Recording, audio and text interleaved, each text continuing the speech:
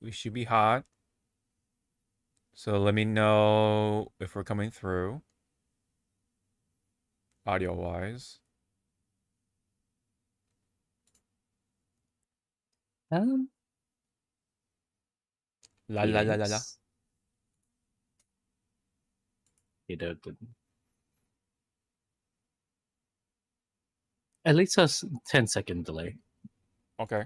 Very not bad, but I see us. You see and hear us? Yes, I You see and hear us. Let me change it to 1080p. My God, looking at fucking 480. yeah.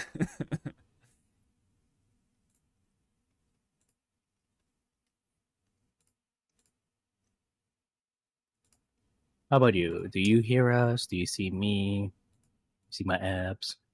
How about you? Do you hear us? Do you see I hear me? you. See my abs? I see everything you're showing. How about you? Do you hear us? Do you I see hear me? you. See my abs? What? I see every Okay. I heard me. Yep. All right. I'll leave the window Right, up for we good. chatty, yeah, the chats, and then Let me just scoot my keyboard in so I don't ram it. yeah. All right then. So, as I about to shoot this on the chats, oh not chat, sorry, Twitters, as it slowly loads.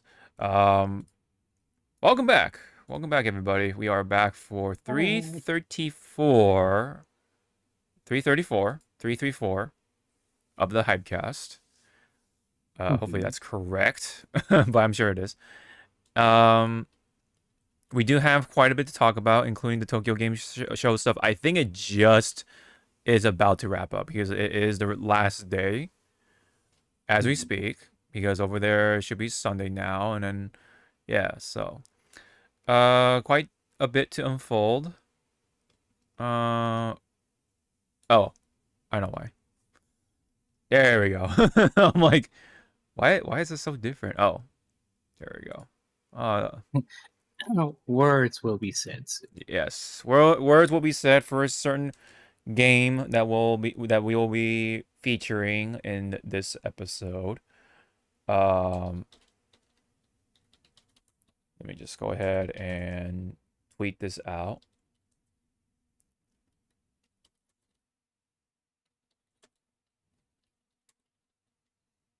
Fire.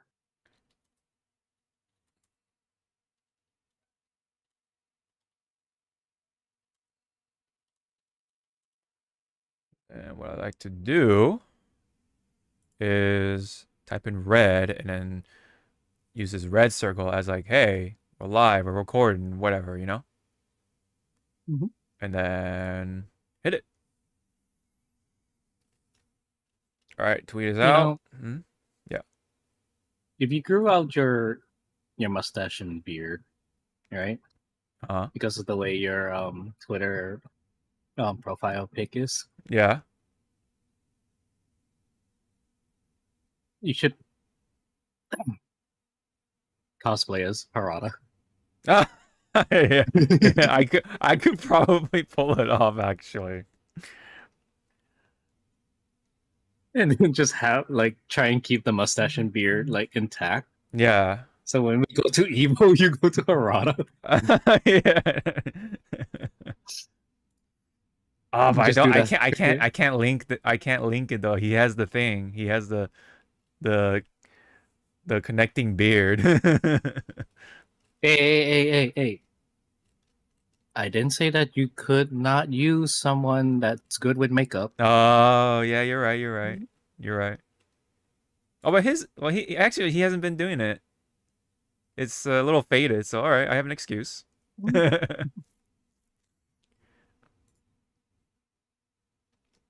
As he takes a picture with Kenny Omega. Oh, did you see that picture with him and Uematsu doing the fucking the wrestling move to each other, rather? Yep. Not just Omega, but with Matsu-san. Yeah, I will be. It will be a sad day when he finally retires from making music. I know, right? Because I think he's slowly like his band, the Black Mages are slowly like just stopping. Yeah. Yeah. Oh shit! I actually didn't even finish the doc. This is the first, so I guess we can kind of like kill some time before We're doing it live. we're doing it live. Yeah. Um. Okay. So that's where I left off. Yes. We have this to talk about, possibly. Well, not possibly. We are going to talk about it. Oh, sorry. An artist kind of followed me back Oh. on Twitter, and I was like, who are you? Like who are you? Like, oh. Who's this motherfucker? Oh. It's like, oh, hi. He's like, oh, Yeah. hi. What's your name? Yeah. Well, let me say a see, lot of see. yeah. Sorry. Go Okay, ahead. Go no, ahead. go. Okay. A lot of games have been like shown, like or revealed rather. A lot of it, like around Tokyo Game Show time. Like, damn. Not just at Tokyo Game Show, but like around that same time. Yeah. Yeah, so we definitely have quite a bit to go through. I don't know if that's. Oh, we did that. And fighting games. Oh yeah, we got Joe in there, and then let me see 2XKO stuff. We can throw that in there. Why not? Let's go to that super quick, and then we can try to shove this into here since they're like essentially the same type of game, which is funny. Mhm. And then kind of like talk about them simultaneously. And then of course Sea Viper. Yeah, not just games, It but looks like fucking good. yeah, Sea Viper. We're essentially kind of like laying out the roadmap for today as we speak. And then we got You guys are seeing. Well, for the ones watching this, or will be watching this, you're actually seeing behind the scenes. yeah, this is the process that we go through. We do it on the doc, Google Docs, to be more specific. The Wolverine one will be with the PlayStation one, so I'll just throw that in there along with PlayStation. Anyway, oh yeah, the Doug Bowser thing. Yes, it is happening. Right. And then yes, we do also have the Z's of Z's. And yes, Lucia definitely went through a change. Quite significant actually. And then I think that's right under here, so I'll just throw that right in there. Oh yes, and then 2XKO. I'll just oops. Actually, excuse me. Throw that in there. Yeah, Tokyo Game Show highlights. Let me just sandwich that, I guess, in between. Oops. Oh, fuck.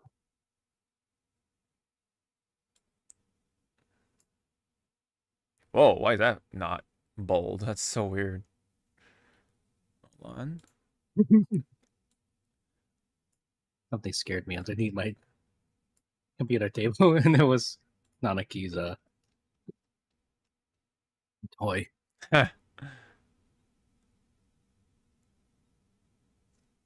Okay, I think okay, hopefully I'm not getting that. Yeah, why did it change that all of a sudden? That's so weird. Okay, hold on. Oh yeah, and then we have the RGG stuff, which I thought was funny more than anything. But anyway, okay. So as you can see, we do have quite the list, but we'll try to like power through a number of them, and then we'll like actually sit down and like discuss some of them. Because yes, we do have quite a bit to talk about. There was a lot of games that were announced, a lot of things to go on, and we have definitely words for at least some of them. Anyway, strong words, strong words. But let's take it one at a time with the fighting games as always. So we just go ahead and hit this. This battle is about to explode. Explosions indeed, including, of course, Joe Higashi. Higashi has been shown off in the gameplay of things. Let's go straight into it.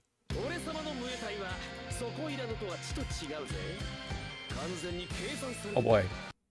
Oh boy. Oh dear. Google, please. Well,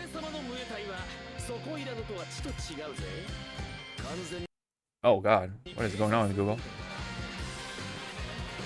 Google, please. What is going on? Google. way, smash. I mean, he's smashing his own student right now. In a literal way. And now Terry. Or I think you and I have different definitions of smashing. I know. Now, as you may notice, he does have a side switching move, very much like Ken.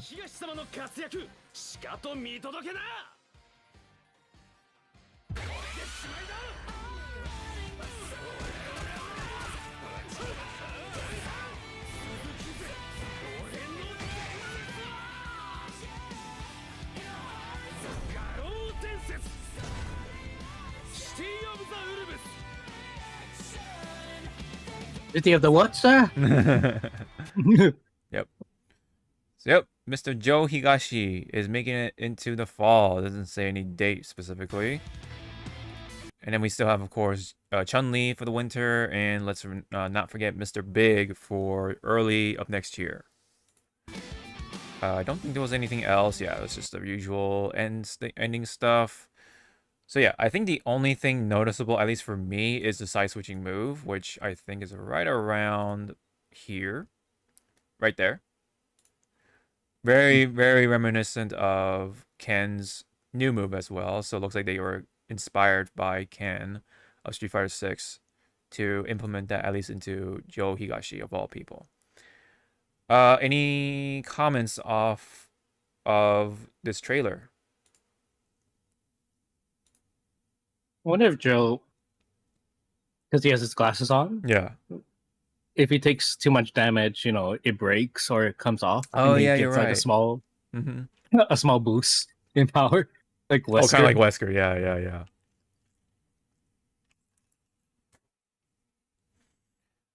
I remember like Wesker early on was like considered top tier just because he had a free like buff with his glasses off or something. I thought that was like the funniest. Yeah.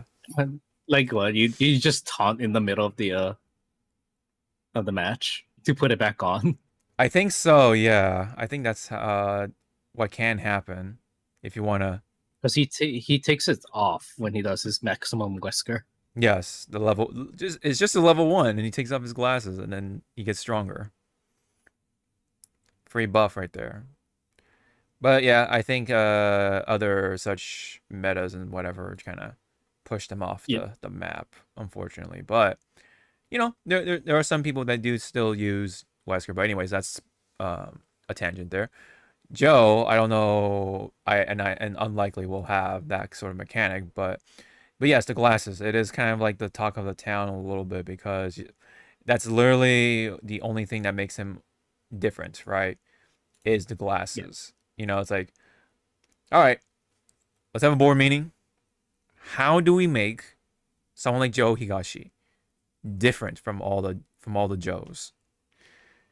And someone was like, I have a brilliant idea.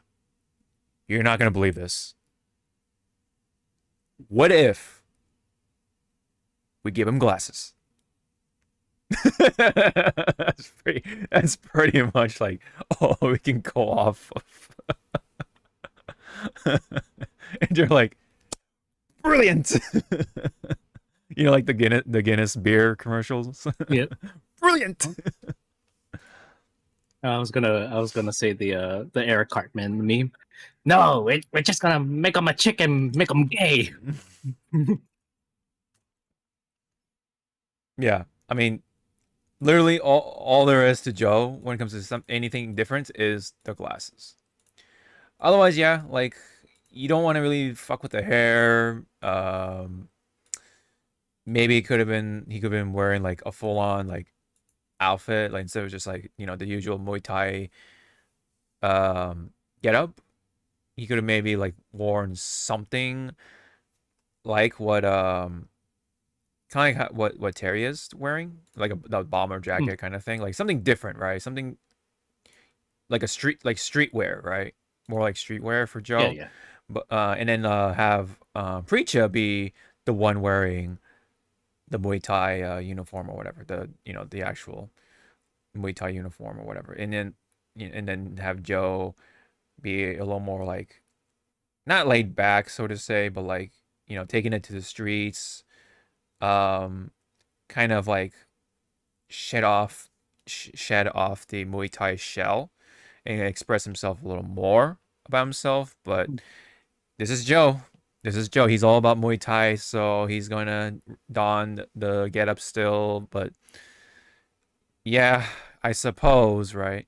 He has to wear glasses to be a little different. Like, even though like someone like Rock Howard is still Rock Howard. Like, he's still wearing the jacket, he's still wearing the gloves, he has the tight-ish pants on still. There's nothing different about him in it. But of course, we have someone like Andy Bogard, and he's like quite different. He had quite the glow up in comparison to his past incarnations or designs. I don't know. I think it's just funny that their idea of making Joe different is just him wearing glasses overall. And what is exactly the story behind these glasses? Like, like, does he want to? Did he take after Preacher for some reason, or like, or rather, because he started wearing glasses at one point, Preacher saw him with the glasses, and she's like, oh, like had that impression on her, and she started wearing glasses. Yeah, yeah, right. It's just so funny, right? I don't know. Yep, because for the longest time, no glasses, but the Muay Thai getup always consistent, and all that in between. Well, yeah, well, he takes them off during his win pose, at least. But kind of like what you mentioned though. Will he have like special battle damage where the glasses do come off? I don't know. They didn't really demo that part. But anyway, other than that, it's standard fare Joe Higashi with the tornado punches and whatever, the knees and the slash kicks, tiger kick, the rapid punch. I think he still has rapid punches. I'm assuming he does. The machine gun punch or whatever he does. Yeah. But the only, like I mentioned earlier, like the only thing super different in his moves is that side switching kick that he has. But yeah, any other comments or anything to add on to Joe, Zawa?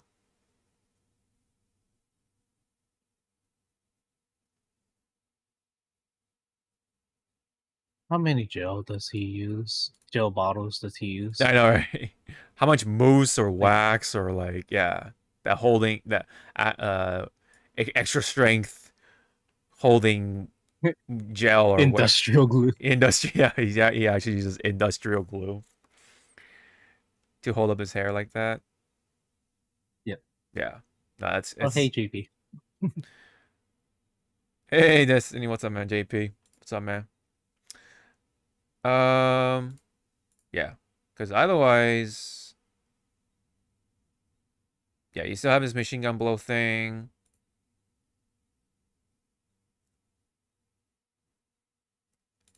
Let me see. Trying to see anything else. Maybe he has like maybe his normals are slightly different, but other than that, yeah, he's got that slash kick.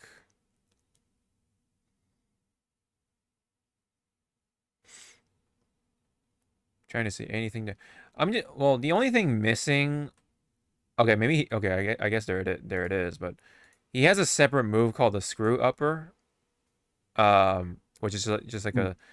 It's supposed to be more of a super, and then he basically does a giant tornado punch thing.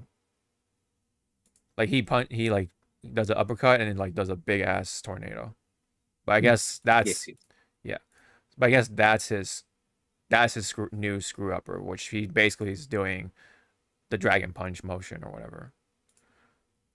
Yeah, Destiny's asking my question to SNK: why glasses on Joe? Yeah, that's a good question, right? I'm pretty sure there is some sort of story reason. It could be simple as, oh, my eyes are getting bad, or maybe he's trying to be a more academic or something. I don't know. Maybe it's just simple as that. Yeah, it's like, Joe, why the glasses? Because I is blind. I is blind, yeah. My eyes, my eyes are bad. I've been watching too much Excel. I've been doing too much Excel. Yeah, I'm doing them Excel sheets. Yeah, sure. Let me see your Google Docs. Yeah, and let me remind you, who's that in the back? That's Raiden or Raiden. The wrestler. Ride that? Yeah. He's that? yeah. He's the MC. Yeah. He's the MC in the background, and that's all he is for now. Sad for the Raiden fans. But anyways, happy day for the Joe fans, though. Happy days for Joe Higashi, and now he's wearing glasses. So that's pretty much it on Joe Higashi. He'll be coming to the fall somewhere, and yeah. So meanwhile, in 2XKO, excuse me. Early access starts October 7th, and a couple of things. Early access is actually open to everybody, no invite needed. Yes. Seasons are going to be a thing. They come with a new champ. Early access kicks off season 0, so starting off with 0 rather than 1, I guess. Combo trials are coming, and I guess and I guess I don't know if this is like the what do you call Riot Games or the dev team for 2XKO. I'm pretty sure it's Riot Games. Is going to be sponsoring 22 community tournaments through the rest of this year. And so and then I guess one of the new things they wanted to reveal is this costume for, I'm assuming, V. It's a full-on skin. Yeah, it's not a color swap or anything like that. It's a full-on different skin. And let me see. I'm just curious of what they mean by they come with a new champ. Like, are they only going to have one character per season? And how many of these seasons are they going to have throughout each year or whatever? Is that like, are they going to just do the 4, and so that means there's 4 characters per year, new characters per year? That's kind of like, I guess you can kind of compare that to like Street Fighter 6 and Tekken even, because they both do 4 characters per season pass. So I guess you can compare like that if you want to think of it that way, if that is the case. Anything you wanted to throw in, or anything you know of about this little bit right here, the early access stuff? And The early access, I believe, is still on PC for now. Consoles is going to be like a little later okay, in the life cycle until release date. gotcha. They did say that any progress, quote unquote, so like if you unlock the characters and their skins, it will transfer over. Gotcha. Okay. But your rank Does reset. Your rank will reset. Yeah. So, are they gonna have the seasonal resets for each? Pretty much. Yeah. Okay. Okay. Yeah. Ranks reset. Battle Pass. 2026. It says. Oh, okay. So here it is. 2026 will be made up of 5 seasons, and each season will come with a new champ. So yeah. So it looks like we're gonna have 5 characters per year, rather than the 4 that I thought was gonna happen. And well, that's at least for now for 2026. They may increase it, they may decrease it. I don't know. They might just stick with it. Who knows? Okay. Anything else? Okay. Okay. And then I guess this is kind of a good segue because I didn't notice this for here. So speaking of community tournaments, there is going to be the first one apparently. It says okay, so these are actually are going to be called the First Impact. First Impact, each First Impact event, this is the community tournaments that we were just mentioning, will receive a pop bonus from Riot. Okay, so it is Riot that is actually backing this. Okay. With an extra prize for winning as a duo. Oh, they're gonna do the multiverses sort of format. That's cool. Or they have one at least. You can read it more about it in the article, which also lists all 22 sponsored events. First Impact kicks off with Evo France. Yes, so that was the segue I wanted to go into, because Evo France just announced that they will have some sort of tournament separate, I guess, but it's still within Evo France. It's not part of the main game, so to say, but it will have its own tournament, kind of like how Multiverses did it back during Evo, just Vegas, Las Vegas Evo at one point. So this will be running from October 10th to 12th, and run some sets with us, it says. Oh yeah, so they will have a booth at that date, and you can play some matches with whoever's there, I guess, if you want to, or whatever, if you have the opportunity. Okay, so I think we're pretty good on that. I think that's all the gist of it, at least for the important bits. Yep. Anyway. Yep. And of course, yes, let's not forget there will be some balance tuning. So yes, there will be some balance changes for certain characters or whatever that do need it and stuff like that. And yeah, that is pretty much the gist of that. 2XKO. Good stuff. Okay, we just talked about the France stuff. That's cool. All right, lastly, for fighting games, let's talk about Sea Viper. Her trailer just came out. Let's watch it again, and let's talk about it because it's pretty cool.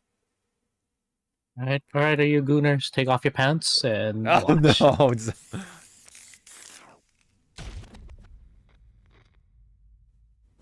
Workaholic Director of Siren Holdings Research and Development Department. Grace Hill is nothing but a cover story.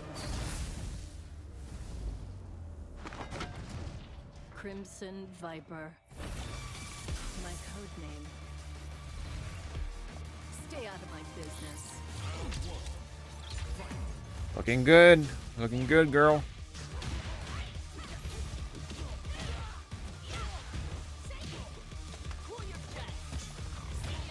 Could you just give up now? I have other. She was ripping your ass before she pushed you away. She's right. Like, The next online rank menace, right? Yeah. Yeah. How good is your reaction time to these cancels? Yes. The cancels, the mix-ups that she has, yes. Now, mind you, I think, well, I know her special jumps will cost 1 drive gauge. So you definitely want to be a little more careful with that. So she will be drive gauge hungry. And then, yeah, I don't know about those cancels. She has, like, cancels of her own. But I don't know if that's going to cost drive gauge as well.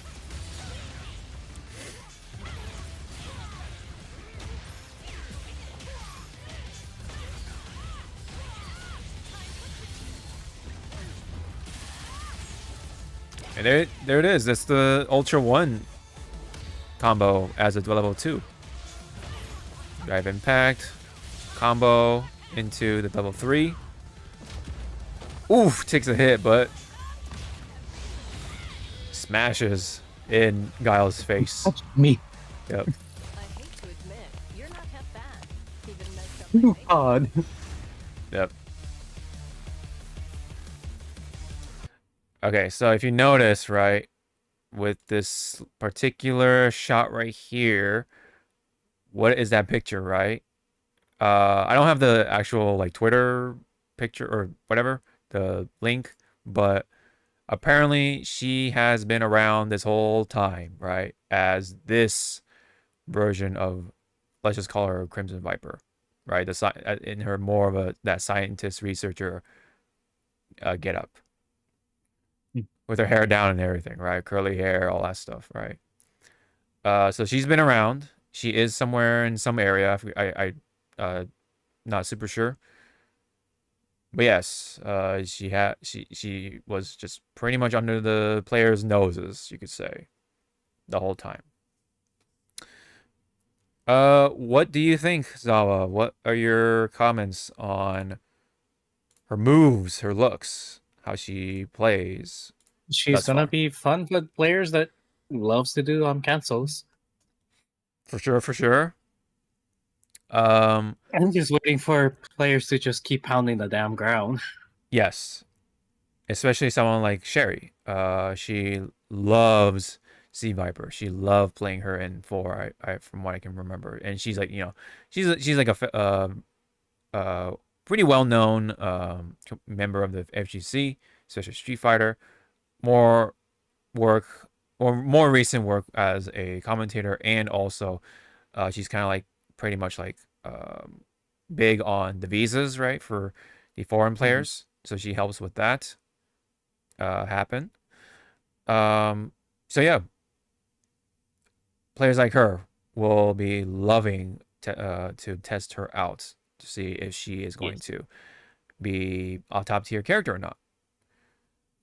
She looks like she's crazy, but there's always some sort of catch, or at least expect one, right? For example, her super jump, quote unquote, like I mentioned, is going to cost drive gauge. So who knows if a lot of her kit is going to actually use the drive gauge. Yep. Yeah, so we gotta temper some expectations. But meanwhile, she is donning the classic costume, which is the Street Fighter 4 getup. Which I think it works. I think it translated pretty well, right? But I do like her new one now. She like kind of just looks like straight out of One Piece, because like there's CP0 for those who are caught up, and then but also the Marines in general like to wear the white. The Marines. Yeah, and the jacket capes, right? They love their yeah. Go ahead. It's sorry for people who is not caught up with One Piece, but it's more of a what's it called? A refresher. Yeah. There's only been like only a handful, right, of female Marines, right? A handful, yes. Of that high rank. Yes. But they Oda actually has been keeping that in mind and featuring new characters that are female in the Marine ranks. Yeah, so keep that in mind. But for like the high admiral rank, there's only been like a handful, and only like one well known, and she's still alive even though she's old. Yes, Tsuru, yes. Yeah. She got the Well, it's still like kind of mysterious, but she's supposed to have like clothes folding devil fruit powers, and I guess That's supposedly, good. yeah, supposedly, think of her as like a debuff cleanser in like video game terms or like RPG terms. She's basically a cleanser, is what comes to my mind anyway. Yeah. But either way, in any case, Sea Viper looks really good. Um, she's well animated. I think her face looks really good up close and all that stuff. I like the interchangeable like modular glasses that she has. Like it could be yellow, it could be full on sunglasses, you know. And of course they can read data and all that stuff. They She is Iron Man. yeah, basically. I wonder. Like, I'm trying to watch the video. Does she have her air grab again? I want to say yes, but let's see. Hold on. Let's actually slow it down so that way we can. Yeah, slow it down and mute it before we hear the. Yeah. It's already muted, so we got that covered. Okay.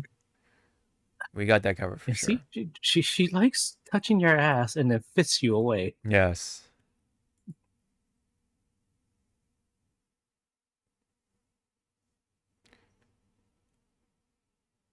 Yes, she likes the electro knuckle and the flaming boot thing and the yes. It looks like she has follow-ups too, which is kind of crazy. Yeah, the seismic knuckle thing. She got that drop kick thing. I think that's new. But that kick, that's not new. Okay, she has that. And she has some form of armor, I think. She's got the super jump. Put your ass and go away. Yeah. Then, yep. One.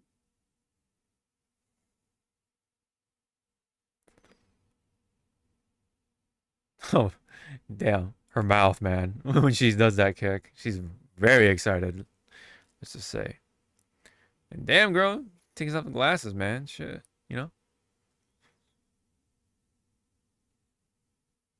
Okay, yeah. I wonder if she will. I wonder if one of her special like dialogue, she talks about her daughter. Like, oh, Yeah. what time is it? I need to go.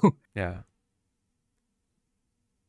Okay, looks like maybe so far she doesn't have the air grab, but instead she just has the punch. Maybe that's like one of the things they took away because, she's going to be kind of crazy. Yeah, she has a shield. I noticed. She has an electro shield, and then she can like follow it up with something.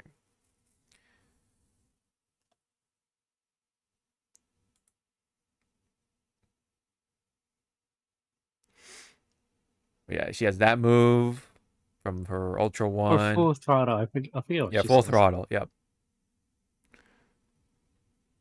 That's right. Drive impact. Boom. One. You got the cancels. Boom. EX. Yep. I think we did not see the air grab, surprisingly. Damn, I'm surprised she actually was willing to take the hit. Like shit. I mean, if you know that you're about to win, yeah, you like in any type of match, you will take the hit and go like, fuck you.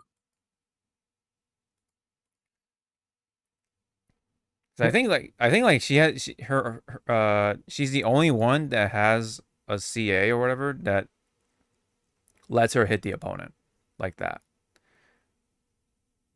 Yeah, because I don't think even like Marisa has like fucking anything like that. So she can take a punishment. There you go. Smash a pass. Yep. Futures pass. What you pass? Yeah. You pass? You don't smash? Damn. Multi Good on pass. you. Multi pass.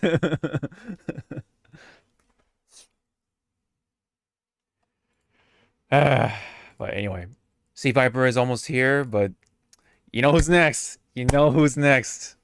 Oh, Ingrid. yeah, right, right. Imagine they did that. They swapped the the release date. Hey, that means Alex will have more time. And he's Yeah. gonna be cool. He's gonna be cooler.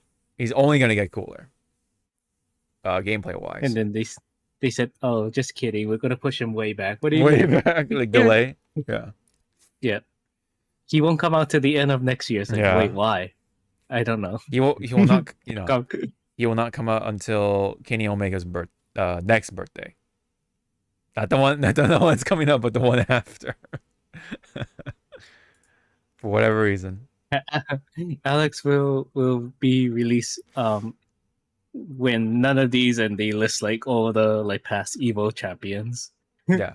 When these guys don't win, then it's like, oh Yeah. no. It's like, Yeah. Or let's pick a not a random wrestler, but a wrestler that actually does kind of look like him, which is Edge. When Edge retires, then actually retires, then Alex can come out. It's like damn. just see everyone flooding. Twitter, retire now. It's like, why? Yeah, it's Alex. Have you not heard of a character named Alex in Street I Fighter? know, it's like, it's Alex. Alex needs to come out. Who the fuck is Alex? Yeah.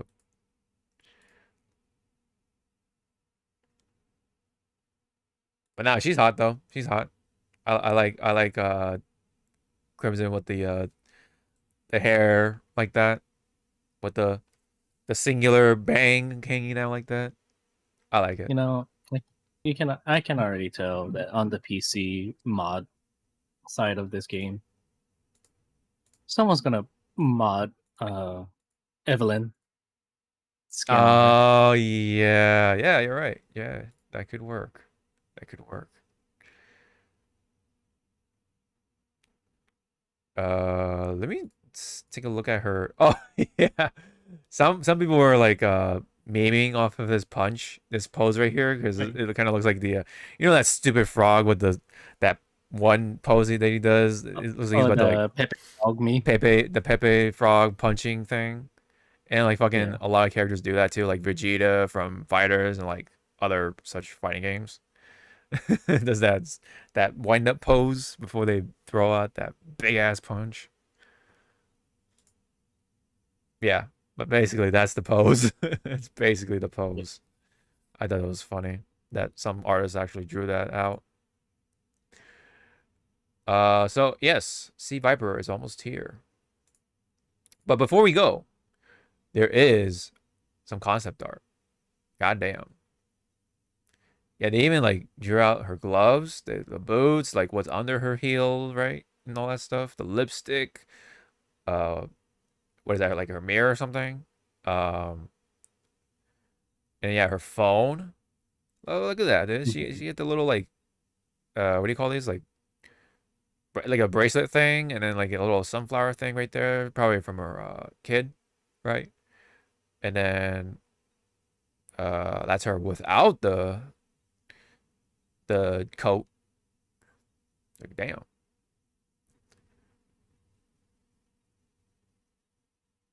Any comments off of this concept art?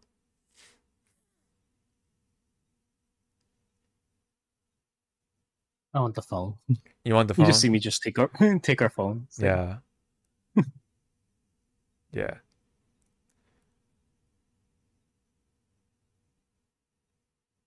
You know, the hair always comes out pretty good, if not better, in concept art. But that's like 2D art versus 3D modeling and such. yeah.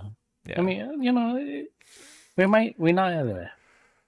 might not be there yet, but we're probably gonna be there soon. Where the transition from line art or concept art to 3D modeling will be almost like 1-to-1. hmm We're almost there. Yeah, we're almost there. We're getting there. We're definitely getting there. So hopefully, you know, Alex will come out pretty good with you know, the 3D modeling and everything. So let's see. Oh, I see. Wow. So it looks like, yeah, Sea Viper will have a plethora of special moves that can be extended with drive gauge, of course. I mean, that's like, okay, that's kind of like a little bit somewhat standard fare, but you know, she, like, I guess her follow-ups, quote unquote, will have to use some drive gauge. So I suppose that's somewhat normal, right? Normalized, because other characters kind of do that too. Yeah, high jump, the feints, level 1 super uniqueness to it. Yeah, technical character she will be for sure. I don't think there is anything else really to go off of. Oh, I guess they're already revealing some story art for sure. Screenshots, of course.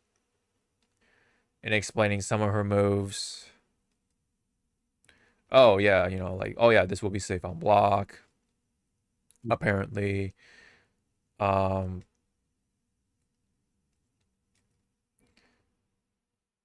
yeah. High jump costs 1 bar of drive gauge. That's what I've been saying. Yep.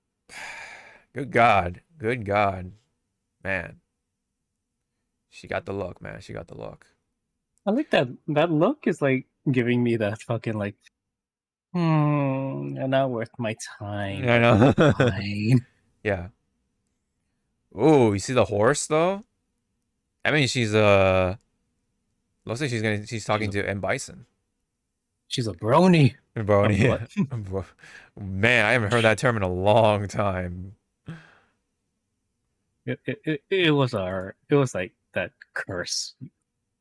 Yeah. Like curse few years. Yes, it was. I think it was. Okay. I think that's the I mean, concept. thank goodness I'm in the better part of the internet. Sure. Uh-huh. Well, my deviantness. Well, speaking of deviations, look at this costume for Geef. Well, okay. Smash. Yeah. In or out of Where's this that port? Where's that port? I will Where's that upload. port? God damn it. We'll upload fucking data into him. Oh my god, so please. Oh. Damn it. Blame TikTok for making me learn a new word. Lankers. Do not look that up, kids. Oh no. Oh no. So yes, Yeah, the costume is for Geef, indeed, surprisingly. They actually made a new costume for Geef.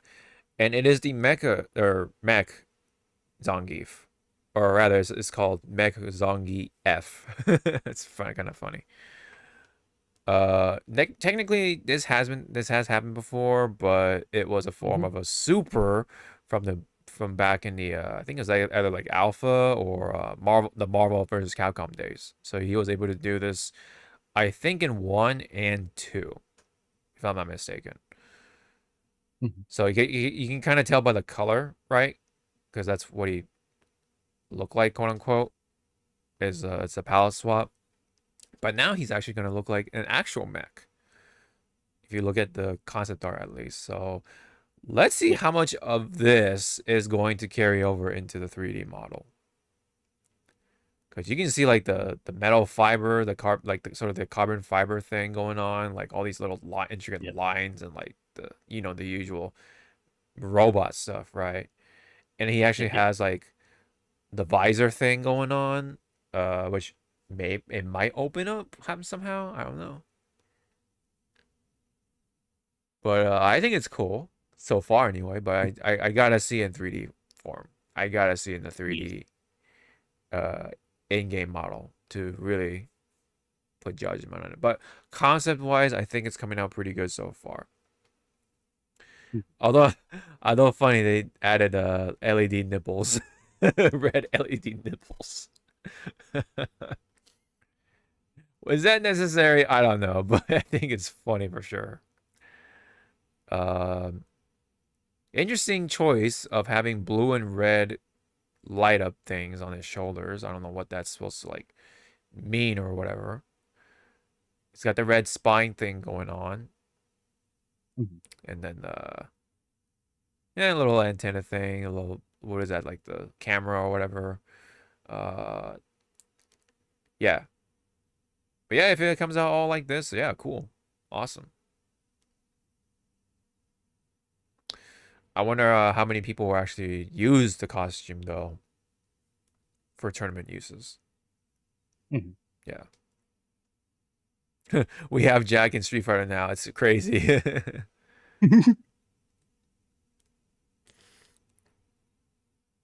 Yep.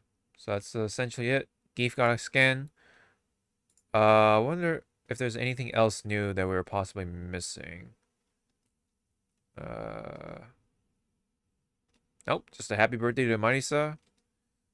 A couple more Sea Viper stuff. Nothing too big.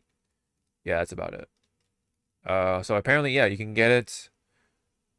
You can get the Mega Geef costume October 15th. I'm assuming it's just a standalone. You can just purchase it from the store kind of costume. It's not a Battle Pass costume or nothing. You just buy it. So that's cool. Alrighty then. I think that's pretty much it. Yeah. For fighting game stuff, let's go ahead and move on to the frontline stuff, which, well, let's talk about OD.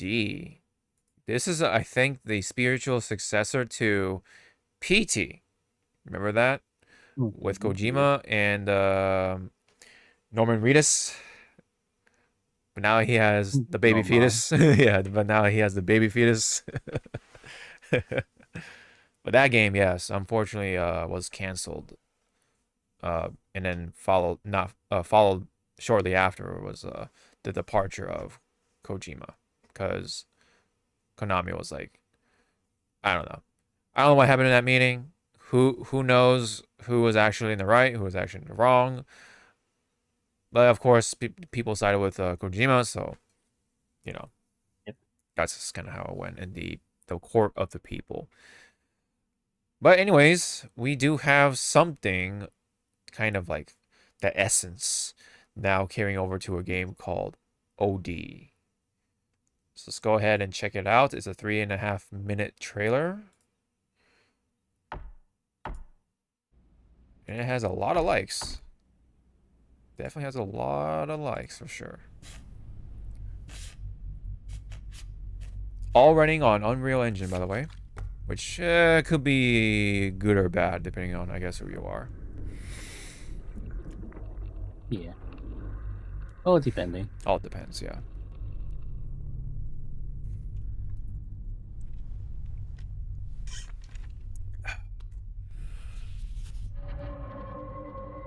Light the fires to celebrate their...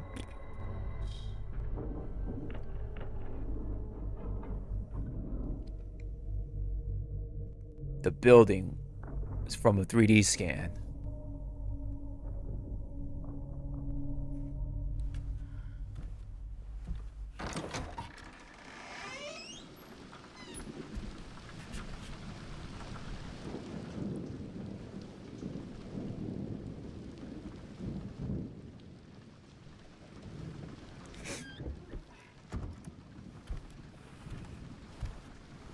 My dumbass would be like, this looks like a piece of shit. We're just looking around. Yeah.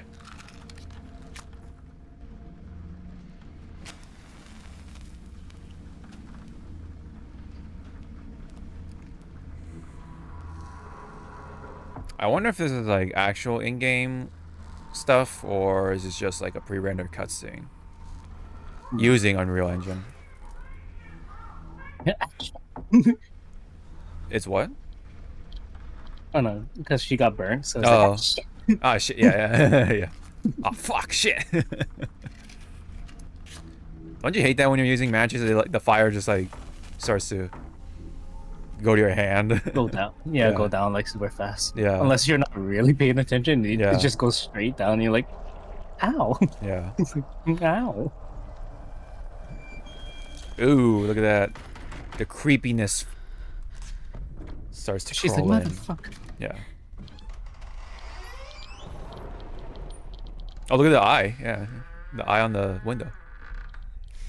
It was like moving. Do you want some Girl Scout cookies?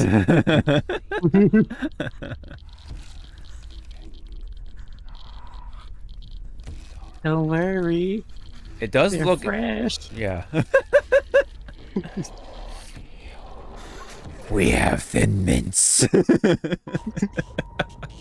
4 ounce of Samoas. I was gonna say, I'll be like, do you have Samoas? No. No. You get that thing. Yeah. For players and screamers. Okay, All right. I'm Wait. sorry. For players and screamers, we have very different definitions of screamers. Yeah. There's the safe for work screamers, and then there's the I'm calling 911. Yeah. It's like, why not? They're just having fun. Yeah, I'm calling 911. No. This is a typo. There's two extra. There's the one S is supposed to be away, so it's actually cream players and creamers. And they say I have a fucking Hey, it's filter. it's my turn now. It's my turn now. Cool. Hey, you were saying Jesus, about you sound like, you were saying stuff about Geef. Now it's my turn to say stuff about this. Jesus, you sound like my boyfriend right now. It's my turn to ride. It's like, no. I take the wheel. I'm the captain now.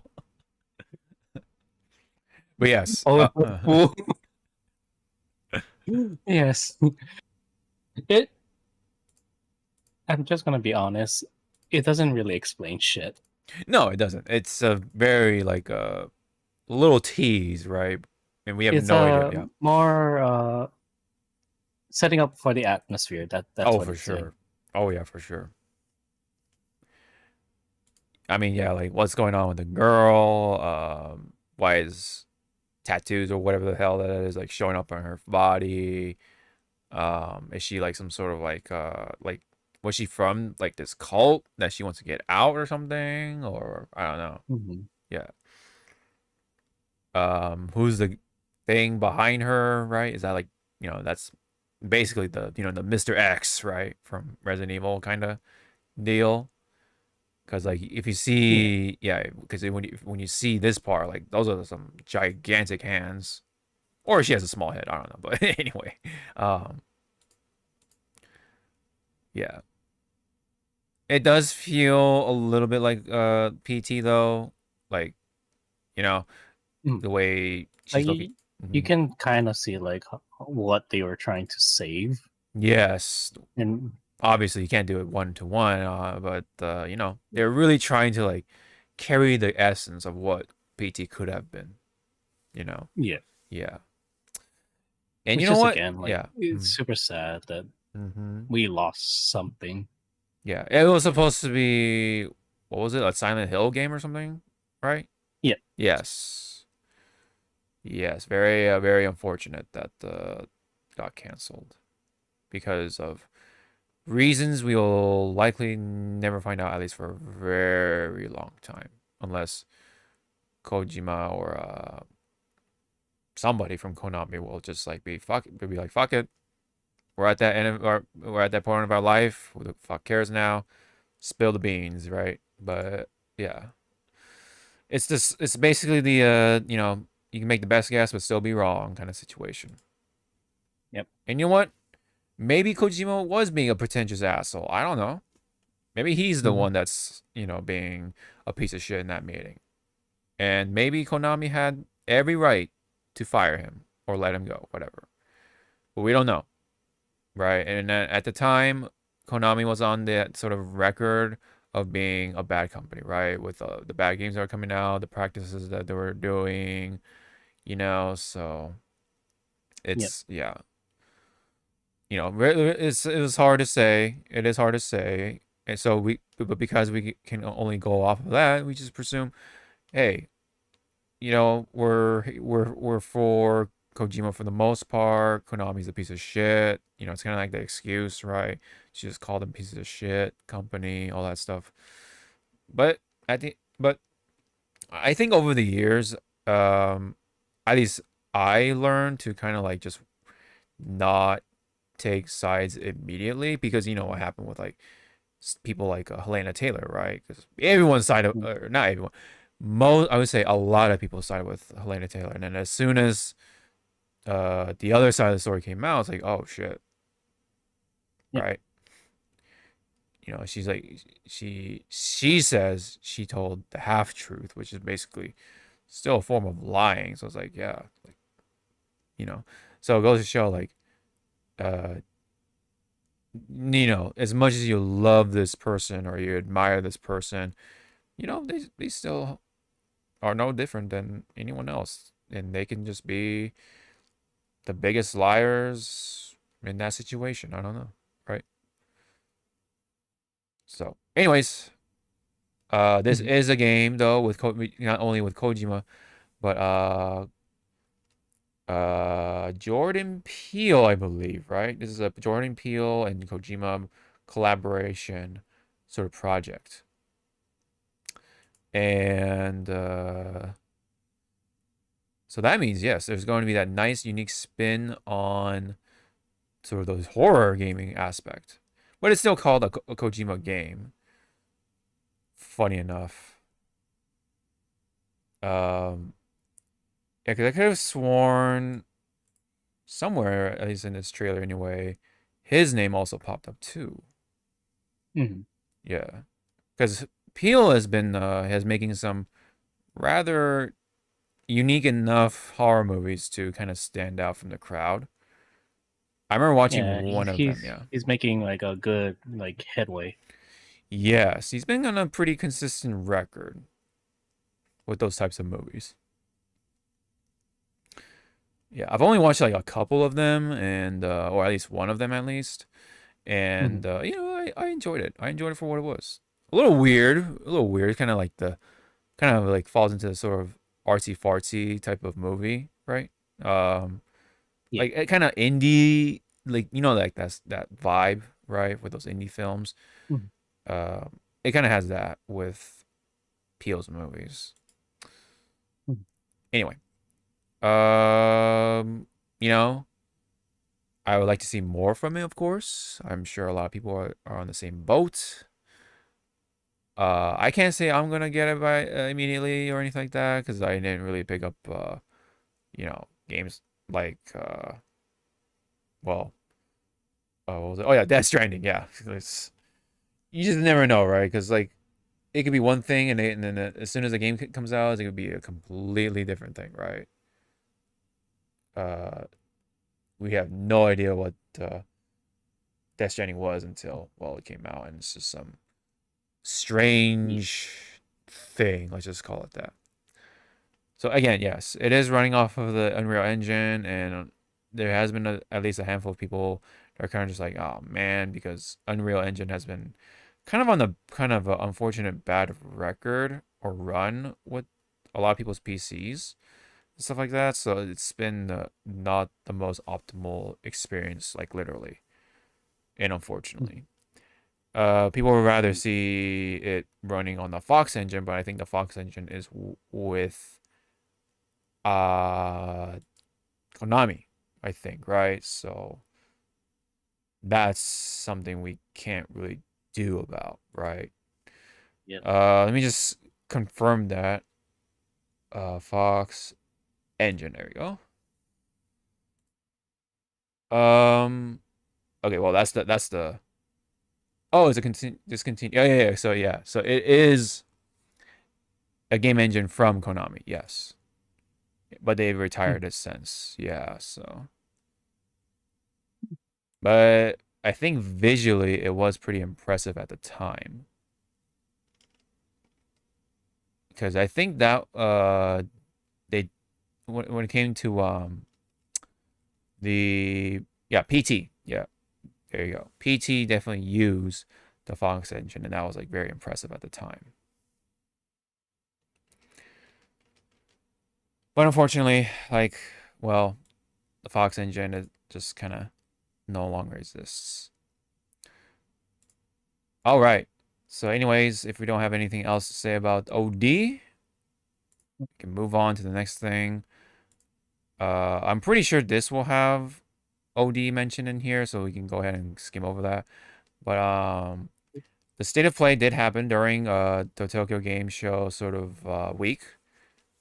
Mm-hmm. So try to skim through it. So we have Battlefield 6 with the reveal of its campaign mode and stuff like that.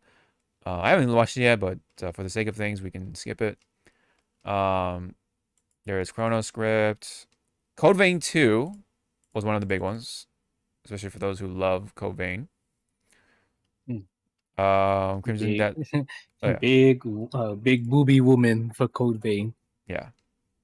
Like, I watched it during work, and when I saw her on screen, I was like, oh.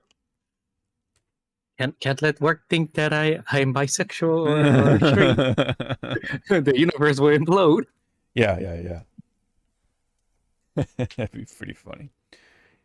Crimson Desert, Deus Ex Remastered, Dynasty Warriors, Dynasty Warriors 3 Complete Collection Remastered. That's a bit of a mouthful. Why 3? That's my question. It's like, why 3? 3 was okay, but it wasn't fun, if that makes sense. What's your favorite one? Like, out of all the 9? Yeah, sure. Like the 9 games? Yeah, 9, whatever, yeah. 4 and 5. Yeah, because I actually yeah, for me... More on 5. Yeah, more on 5. I think me and my friends, every like summer, we play like a shit ton of Dynasty Warriors 4, so I have like that sort of attachment for 4. So I personally would say 4, but I haven't played like every other Dynasty Warriors, so I guess I don't have too much of a saying. But yeah, 4 was like the one I played most, so I can only say that. God of War, Anniversary Edition of Sorts, controller. And I guess there's a big update coming for GT7 or Gran Turismo 7. Spec 3 update. Yeah, it's usually like a huge update, which let me see. Includes new features and content, 8 new vehicles, new circuit experience, data logger feature of sorts, and more, I guess. There is a Halloween game. Last Epoch, Let It Die Inferno. Ah, yes. Probably the biggest one of them all is Wolverine. Marvel Wolverine.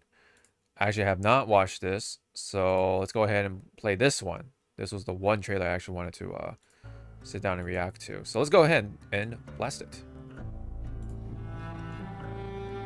The question that comes up a lot to us at Insomniac Games is, are you going to make a Wolverine game that is as violent, as visceral as the character in the comics? No. Ooh. Ooh. Oh, come on. Oh, come on. What's going on with It'll be so funny. He just said no, and then just ends the video there. Yeah. It's like, oh. It's like, oh, like, I guess. Yeah. That's one way to do it. That's one way to do it. Oof. Working with Wolverine is interesting because part of the route to who he is that he's an unreliable narrator. He has gaps in his memory. So Wolverine doesn't really remember a lot of his life, and that's got to be an extremely frustrating aspect. He's this ball of rage and fury, but then he could turn on a dime and he could be very, very kind and tender in the next moment. When we're casting for someone like Logan, what we're looking for in character traits are someone who can convey a lot with very little being spoken. When you have that first moment that we show in gameplay, there's so much emotion that you can feel behind his eyes. He looks relentless, he looks gritty, he looks angry, but also he looks maybe a little sad. That level of acting and being able to just deliver that performance with believability across both spectrums was something Insomniac, ourselves, we all agreed he's the one. We don't need to see anybody else. What? Hey, I'm Liam McIntyre, and I play James Logan Howlett in Marvel's Wolverine. That's not bad. That one sort of works. Fans out there know what Wolverine is, who he is.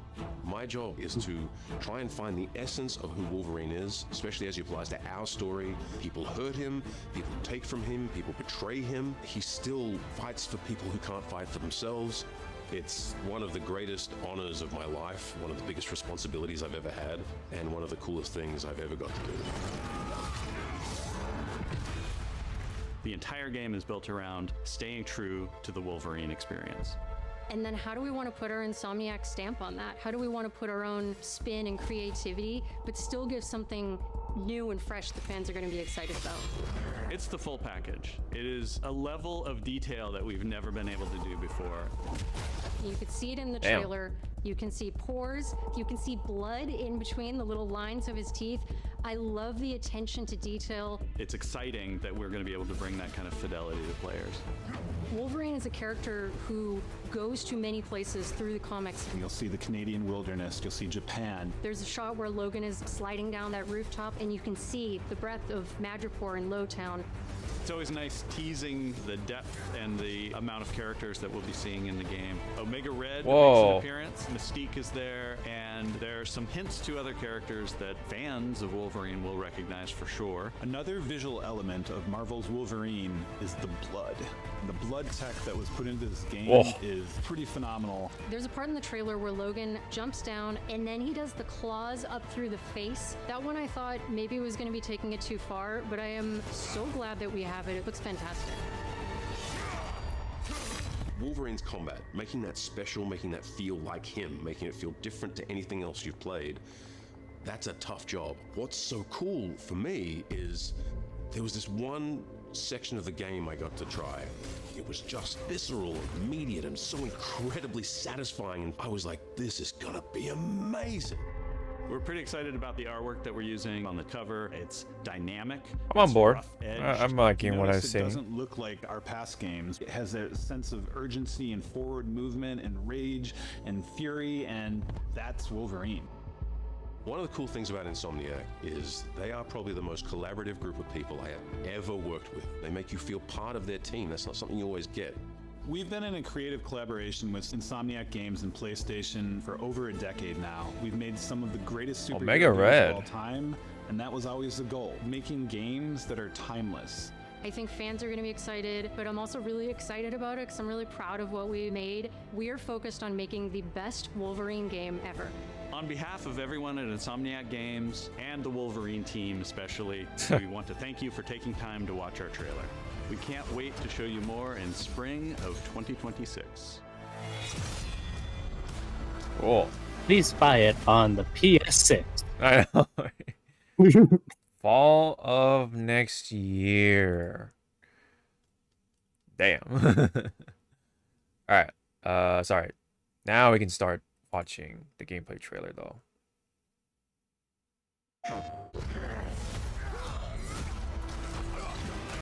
Okay, god damn it. It's like Google likes to have like a little bit of a head start and then we can kind of play it.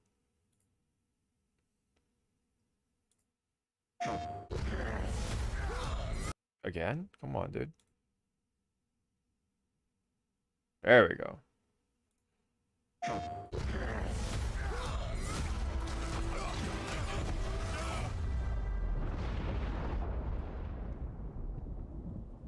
Been fighting longer than I can remember. Oh. Oh, God.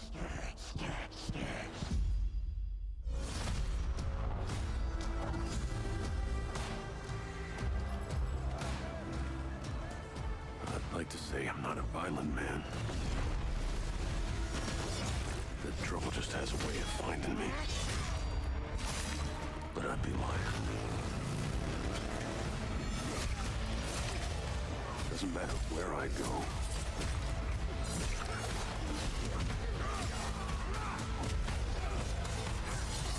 Oh, Swiss cheese. Swiss cheese.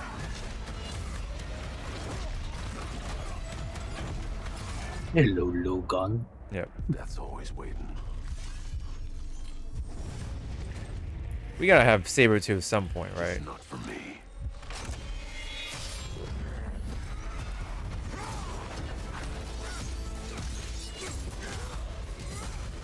Oh. Second date, no touchy. Yeah.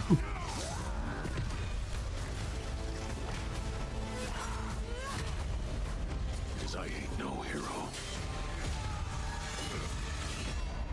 I'm Wolverine.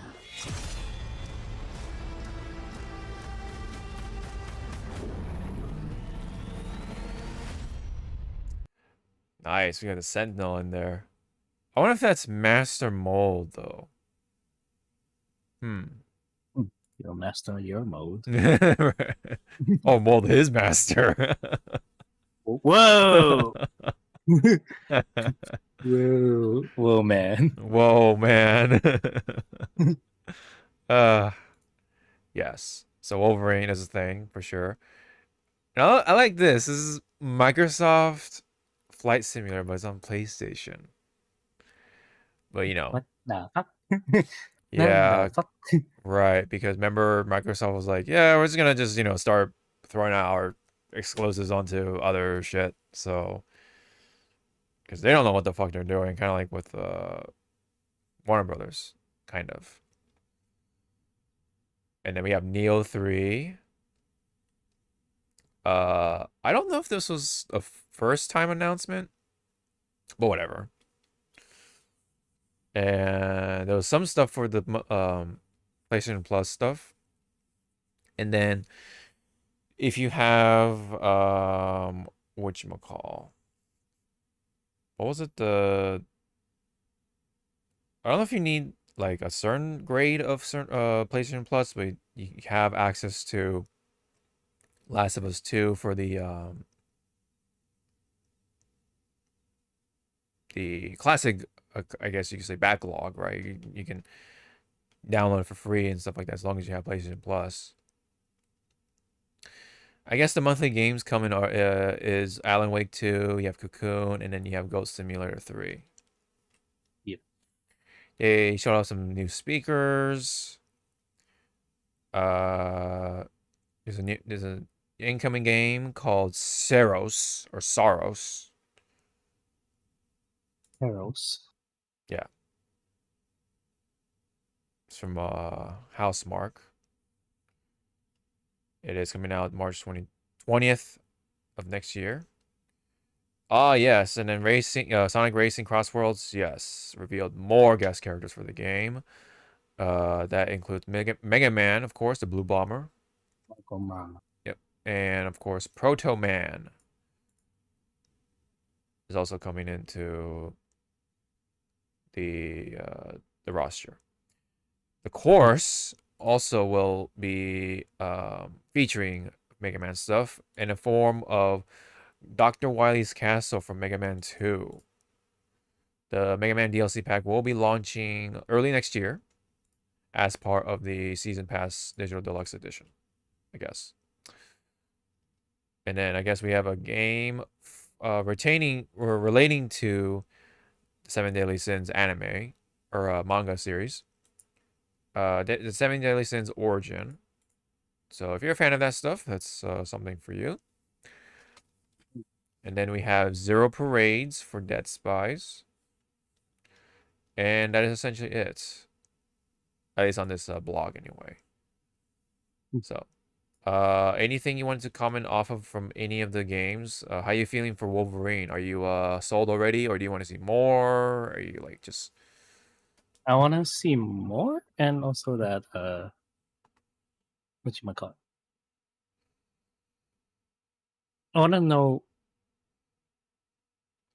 because they said somewhere on Twitter that this Wolverine game is part of the Spider-Man universe. So The Marvel Spider-Man will universe we? for the video game Yeah, universe. Okay. will we see Miles or Peter, swinging by, Oh wow. later DLC? So are you telling me that in the Wolverine game we can see the Spider-Man potentially, Spider-Man, yeah. potentially beat the bloody shit out of the bad guys? Can they do some violent stuff? Or are they gonna do the meme where Wolverine is like, Peter Miles, we gotta kill this guy? Oh, I guess so.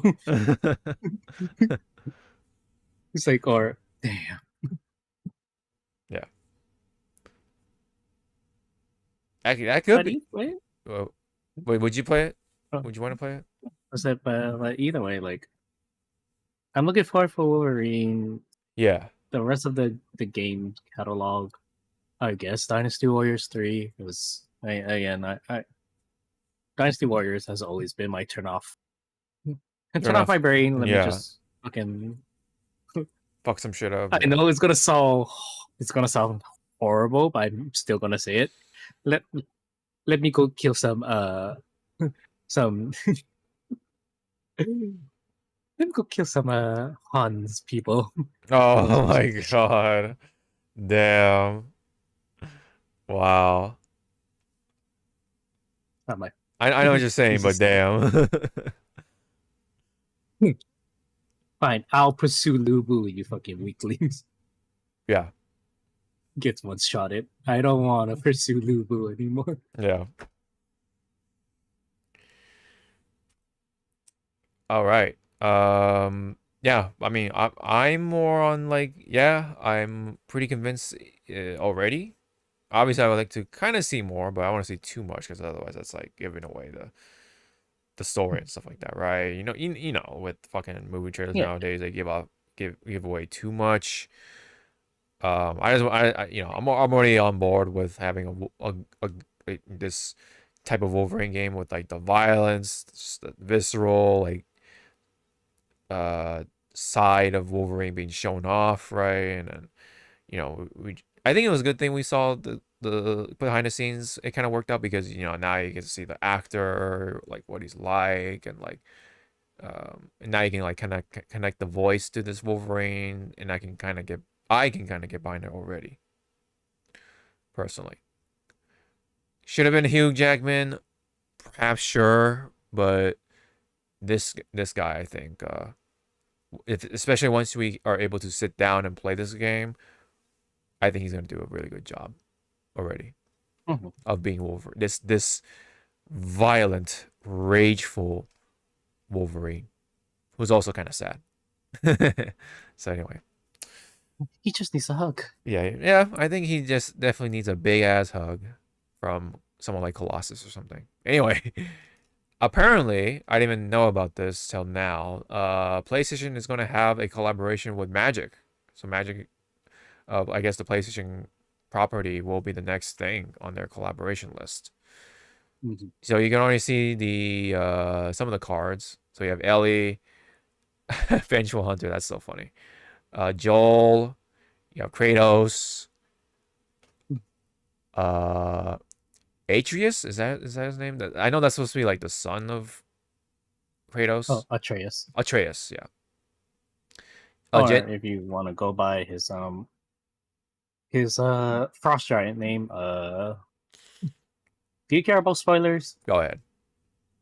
Loki. Oh, okay. All right. Keep it out of context. There's Jin Sakai from Ghost of Tsushima. Aloy or Alloy, whatever, from Horizon. Nathan Drake. Kodai. Nathan Drake, right, from Uncharted, right? Well, I don't say he's a classic, but yeah, he's kind of a staple in the PlayStation sort of lineup. Oh, you can see the close-ups. Oh, there's Abby, of course.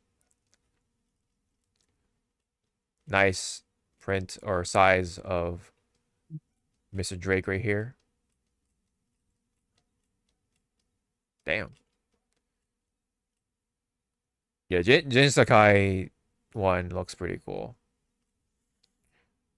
Have you read into the effects or whatever for these cards or not? No. Okay.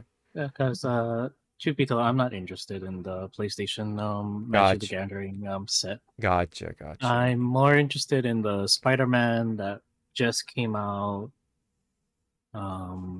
Then there's the other sets that's coming out, which I can't think of at the moment because yeah, my mind's now trying to recover from work. Got it. So it's in that cool down phase, like shut down. Yeah. All right. So that's pretty much it for the PlayStation side of things. Let's go ahead and try to blast through the TGS stuff. So yes. So for the Xbox side of things, they did announce Forza Horizon 6, and that's the main attraction for the courses anyway is going to be Japan. Or so more specifically Tokyo, of course. Safe pick. Yeah. So that's like the main theme, which is, Japanese. So I guess they're, yes, they're trying to appeal to the Japanese audience, to try to get them onto the Xbox, sort of economy system, right, if you will, of their sort of consoles, even though it's like, at this point, like, what's the point? Because, yeah, even it said it right here, with a later release plan for PlayStation 5. So I can literally play it. I mean, whether it's on my PC or PlayStation 5. So it's like, okay. There's Gungrave Gore, Blood Heat. This will be running off of the Unreal Engine 5. Cult classic shooter, yes, of course. It is slated to be released later this year on Xbox, PlayStation, and PC platforms. There is going to be a new Virtual Fighter project, I guess. I don't know if this is pertaining to the Virtual Fighter that we've been eyeballing, or is it a separate game, or is it actually just referring to this, right? I don't know. It's kind of weird. But, okay, so I think it is what we're looking at. Okay. So, it's basically repeating what we already know, I guess. Okay. While still untitled, developers confirmed that it will be a full-fledged return of the iconic franchise. Yeah, so with next-gen graphics and esports ready online systems. Okay, gotcha. No release date at the moment, but it is expected to be released early 2026. So actually like kind of soon then, right? Like, wow. Yeah. That's kind of a little worrisome, if I'm going to be honest. If it's that early. For something like this new and then coming out this early, yeah. Code Vein 2. We already talked about that. Souls-like combat, yes. They will add new skills and weapons. Motorcycle, all that stuff. Yes. Standard will be $70, unfortunately. So you can kind of get an idea from there. I guess they did talk about more on Pragmata. Mind you, I did not watch the show like entirely. Like it was a lot. I was busy with work and stuff like that. So I'm just kind of like going off of this for right now. It sounds like it's still, yeah, releasing 2026, of course. And yeah, this looks like there's really nothing new. So yes, the little girl is an android. Yes, we have already got that confirmed at this point, if it hasn't been confirmed already. The astronaut, Hugh, I guess is not an android, a robot of some kind. Maybe a cyborg, but yeah. But many other games have been talked about more or announced. Monster Hunter Stories 3, Onimusha, we got Requiem for Resident Evil, Mega Man Star Force Legacy Collection, Fatal Frame. I think that already came out, right? The Fatal Frame Crimson Butterfly thing. I think the Ninja Gaiden stuff already came out. Time Stranger, right, for Digimon Story. There's another Katamari game. Black Ops 7, 2XKO, right? Oh yeah, 007 First Light. Kind of excited for it, but I want to see a little more before I make up a decision. Because I do like my 007 games. And yeah. Key updates includes the Final Fantasy 14 collaboration with Monster Hunter Wilds. So this is actually going to be an ongoing thing for a while. So it looks like it's going to be releasing seasonal hunts and outlines a new map for what new monsters are coming early next year. Okay. And then is there anything you know what's going on with the collaboration or? Okay, so the special collaboration will be this upcoming Monday. Weird time to release a collaboration, to be honest. It's gonna be Final Fantasy 14 again. Yes. This time with Omega. A lot of I guess what's it called? Gears and weapons to be farmed from Omega to make. There is a Savage version, which will be like the high rank, or at this point in time, I guess it'll be like our introduction to G rank, that where he'll hit harder, but the rewards will be better, and you have to be at least HR 100 to start the stuff. Gotcha. So yeah, so this is in Monster Hunters, yes, just to clarify things. Yep, this is just the Monster Hunter Wilds collaboration right now. Yes. Is there anything for 14? We're not gonna get anything Monster Hunter related until like 2 weeks into October. Gotcha. Okay. All right. Stories, right, for Monster Hunter. Meanwhile, is getting an Xbox version? Yeah, it's getting an Xbox version. Right. Looks like, oh yeah, so I think Sonic Rumble is the mobile game, so there's going to be a collaboration between like in-house collaboration between the Sonic racing game and Sonic Rumble. So it looks like Sonic Rumble is going to actually get something relating to Cross Worlds. Okay. They did reveal stuff about the Ally for the handheld Microsoft device, I guess you could say. And from on top of my head, if I'm correct, it is going to be starting from what, 600, 500 bucks, and then the next best thing, which basically has more hardware or whatever, more hardware power, will be right at $1,000, I think. Quite a steep pricing for those sort of devices. So that's a big ass no for me for sure. Not that I was really going to plan to get it at all, but yeah. If that didn't say no, that does. Okay, so that's pretty much it. That was pretty much like the very TLDR type of deal for Tokyo Game Show. Is there anything that stuck out to you, like, at all for Tokyo Game? Okay. We good. Okay. Meanwhile, there was another presentation going on during the Tokyo Game Show times, including RGG Studios' own Direct, which is basically Ryuga Gotoku Studio, which, yes, makes the Ryuga Gotoku series, or aka the Yakuza series, aka Like a Dragon series. Yeah. So, Yakuza Kiwami 3 has been announced, along with a Dark Tides spin-off game, which basically is like an additional game to the Yakuza 3. So think of it like as an extra chapter, but it's still like canon.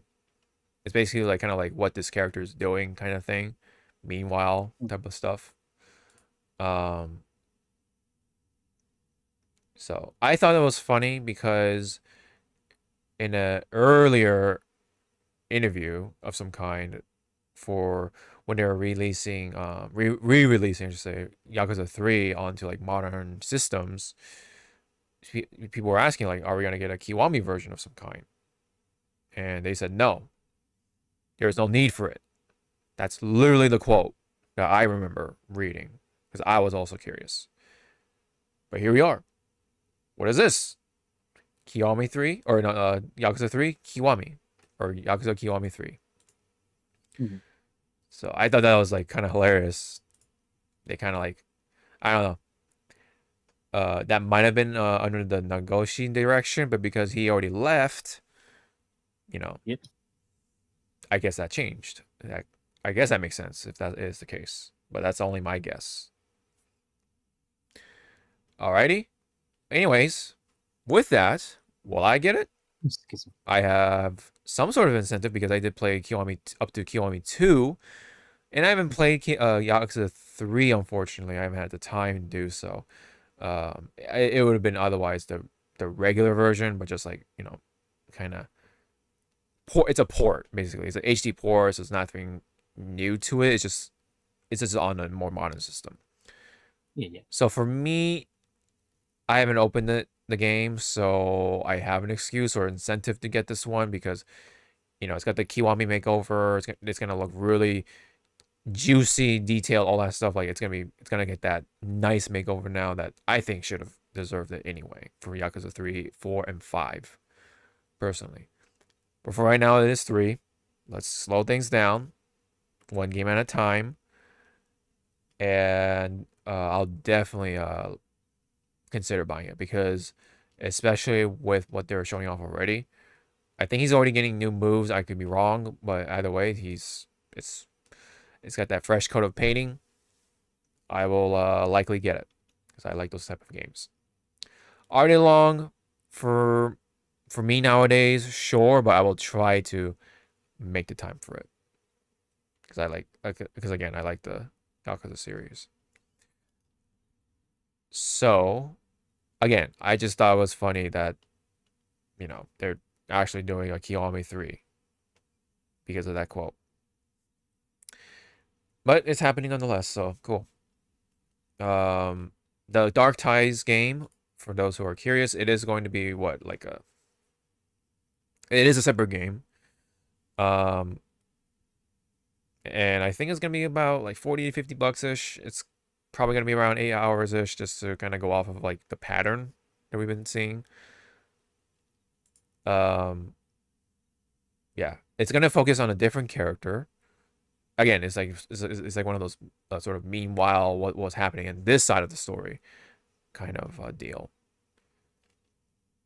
Okay, and then we also are getting a bundle of Kiwami 1 and 2 coming to the Switch 2 heading in November 13th of this year. It is also getting a PC version, also through Steam, PS5 version, Xbox Series X and S, but at a later date at December 8th. So about 2 weeks later-ish. And Yakuza 0 is once again being released, but now in a director's cut. And one of the big features, I believe, is going to get an English dubbing, I think, with added language support, is what I'm assuming. Also coming December 8th. Yeah. And I think... What's going on? I was gonna say, because you said English dubbing. I'm like, so what you're saying is that we can get Mark Hamill to reprise his role as Majima. Well, there is a chance, but you know, I wouldn't hold my breath on it. I'm Matt Mercer then. Matt Mercer. Well, I mean, the elephant in the room is the one for Kiryu, which is Young, yeah.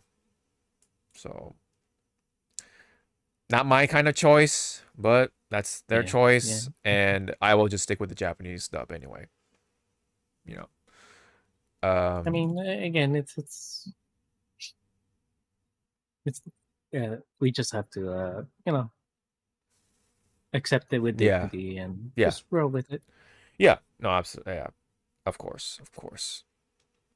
Ooh, excuse me. People have their opinions. I think, although for the most part, it is more on the mixed negative side of it for when it comes to Youngia's take on Kiryu, right?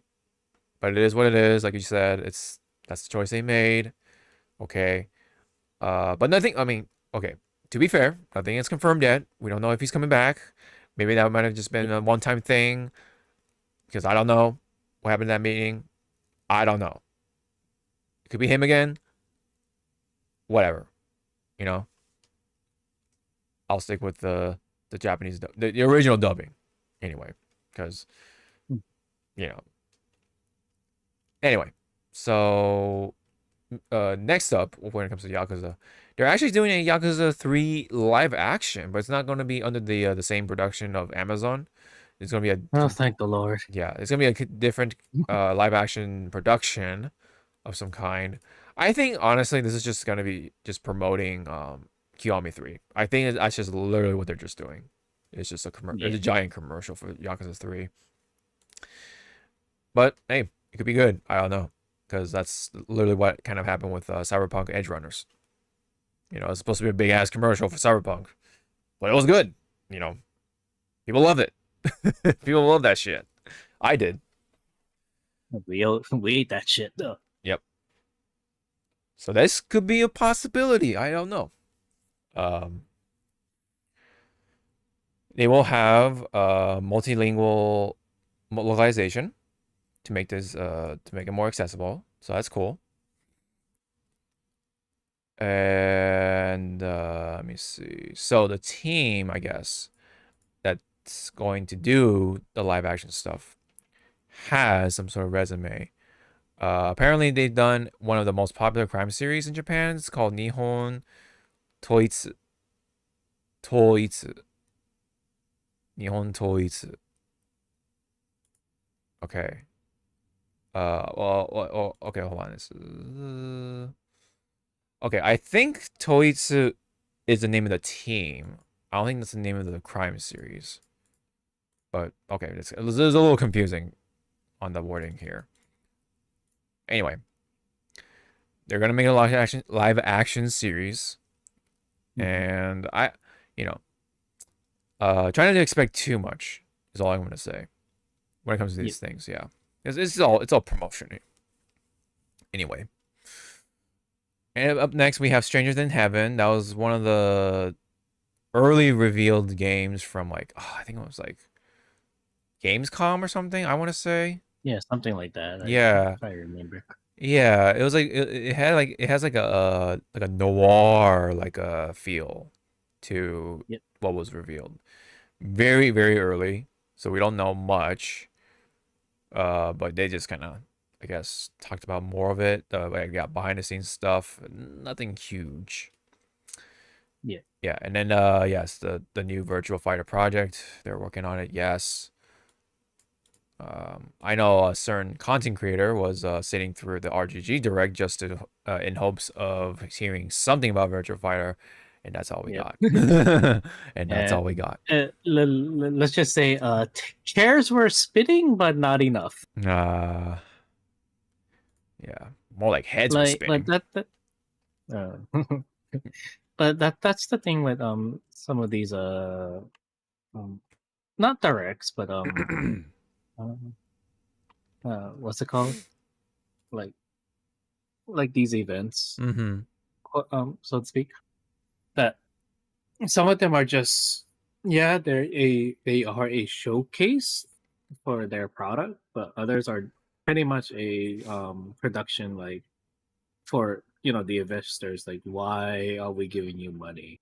Yes. Oh, because all of this, because of this. Mm-hmm. You see this is the reason why we did this. And it's like, oh, okay. Yeah. Yep. It is you could say a pitch for not just us, but the people who have actually have a lot of money, right? In hopes of boosting budget or marketing stuff and all that in between. Whatever it is, right? Different reasons, different ways, but all in the end is to, of course, make money and make games, sell products, all that stuff. Okay, so that's it for that. This one is pertaining to, oh yes, the rewards. So Japan, they had their own little game awards thing going on during TGS. Interesting way of doing things though, because they have a whole bunch of games in this one category. But then yeah, they have the Grand Award, which I'm imagining that's like their equivalent of the Game of the Year. It's kind of, I guess you say, unique. And then we'll get to this bottom part right here in a bit. But yeah, apparently the Grand Award went to Metaphor Fantasio, of all games. And of course, they also received the Award for Excellence, which I don't know what that really means. But okay, it's like some honor, I guess. But also under that is Urban Myth Dissolution Center, Romancing Saga 2, Dragon Quest 3, HD 2D Remake, Dynasty Warriors Origin. We have Tokyo Extreme Racer, Like a Dragon, Pyro Yakuza, Monster Hunter Wilds, which I honestly think doesn't really deserve that because they really need to still work on that game. As a Monster Hunter avid veteran and shit, no. Yeah. Wilds is I mean, again, to me, I have to remind myself is that Wilds is pretty much what every Monster Hunter game goes through. But again, it's a team that did not do any PC port, and yeah, I can't really fault them for that. But I understand the negativity that some people or players, say on Steam, but it does not justify them in actually full on attacking right. these developers. And as I said it, with friends and other people, these people are gonna, if they continue attacking developers, doesn't matter if it's Monster Hunter or Final Fantasy 14, which also gets attacked a lot. It's like, you're actually killing the development team's motivation to do anything. So what if the next Monster Hunter game there's no PC port? Yeah. Then it's like, and then they all get mad. It's like, why there's no PC port? It's like, oh well, let's see. You guys been attacking them 24/7, so yeah, right. So what you're telling them is that you guys don't want a PC port. Yeah. On a business standpoint, because that's how Capcom's going to see it. I mean, it's to kind of counter it a little bit, just a little bit. The PC port I think did sell well though, right? So I think it sell well, but it's not optimized as right, of course. But because it's sold, it sold well. Yeah, Capcom's going to look at the money, yes, right. but then Capcom also has to look at so much negativity. Because again, the negativity is going to overshadow the positivity. Yeah, if it's the same thing, PC port bad because not optimized, fix your shit, blah blah blah. Then Capcom is going to be like, should we really invest? In the PC port this time around? Yeah. Or are we going to have a technically round 3 for bad PC port? Because again, the Monster Hunter team that they have, they never did PC ports. Yeah. So they're still learning. Yeah. Yeah. Excuse me. I do understand the points made there and such, I just hope that if they are going to do a PC port, then then gotta execute it well, Either execute it well or either outsource, because everything is done in-house for Monster Hunter. They have to outsource some like somebody or a team that knows how to do PC ports. Yeah. But it's also because the RE engine, some people are saying that it does not work well with the 40s and the 40 and 50 series. Interesting. Okay. So I'm like, okay. So it's like, okay, so it's kind of like what's not happening with only- the real Unreal Engine then. Yeah. Yeah. Just like how I thank View and Chaotic showing me that fucking Mighty Keith video of the Borderlands 4. Yeah. I heard things Like, about that game, yeah. yeah. Like a lot of people say it's good. It plays well. It's just that it fucking runs like shit. Yeah. And then someone posted on Twitter, oh, if you turn this off, or no, not turn this off. If you bump the something to do with like the shaders. Like Yeah, if you yeah. bump the number of shaders to process, it actually works fine. But they're like, I shouldn't need to be doing this to make your game work fine, you know? Yeah, that means it's not optimized then if you have to turn shit Yeah. off. Like that's the problem. That's Shut the off issue. or raise That's shit and, literally like, what's yeah. That's literally what he had to deal with Monster Hunter. And everyone's complaining about it. It's like, how does that change, or is that any different to another game like that when you had to do almost the same shit? That's dumb. Okay. 100 the 100 line Last Defense also got that same award for excellence. Fantasy Life, The Girl Who Steals Time, and Elden Ring Night Rain. Next one is a kind of a weird award. It says Minister of Economy, Trade, and Industry. And guess who got that? It's the Switch 2 of all things. Like, what does that mean? Like, is it like the... What does that mean to you? What does it sound like?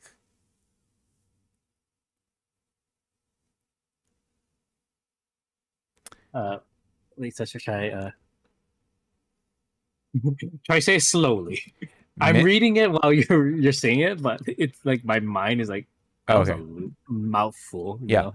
Minister of Economy, Trade, and Industry Award.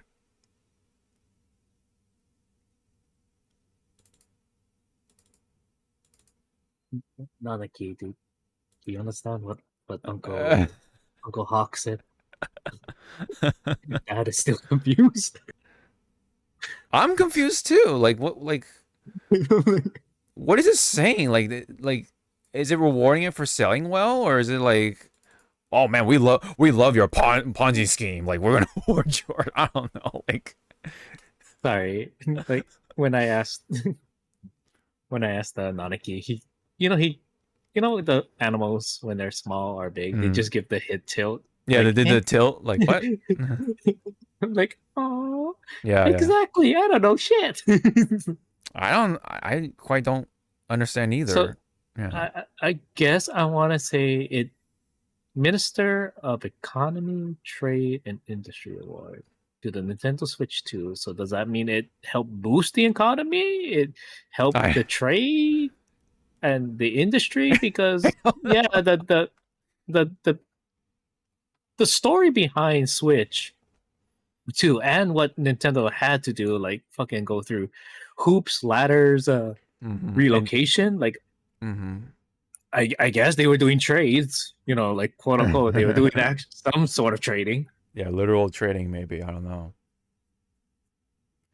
It's such a odd award to give out, but I think I understand what they're. I think I understand the basics of it, but the finer details that's where it gets a little confusing. But I think this is basically saying, it's rewarding this for selling well, like really well, I guess. But I don't know why they had to throw in the extra words in there, or at least trade and industries. Like that just makes it's word salad. Yeah, it's word salad, exactly. So I don't know. I just thought it was really funny to bring up. And this whole like award system that they have here is, you could say it's different, you could say it's unique, but I don't know if it's any good.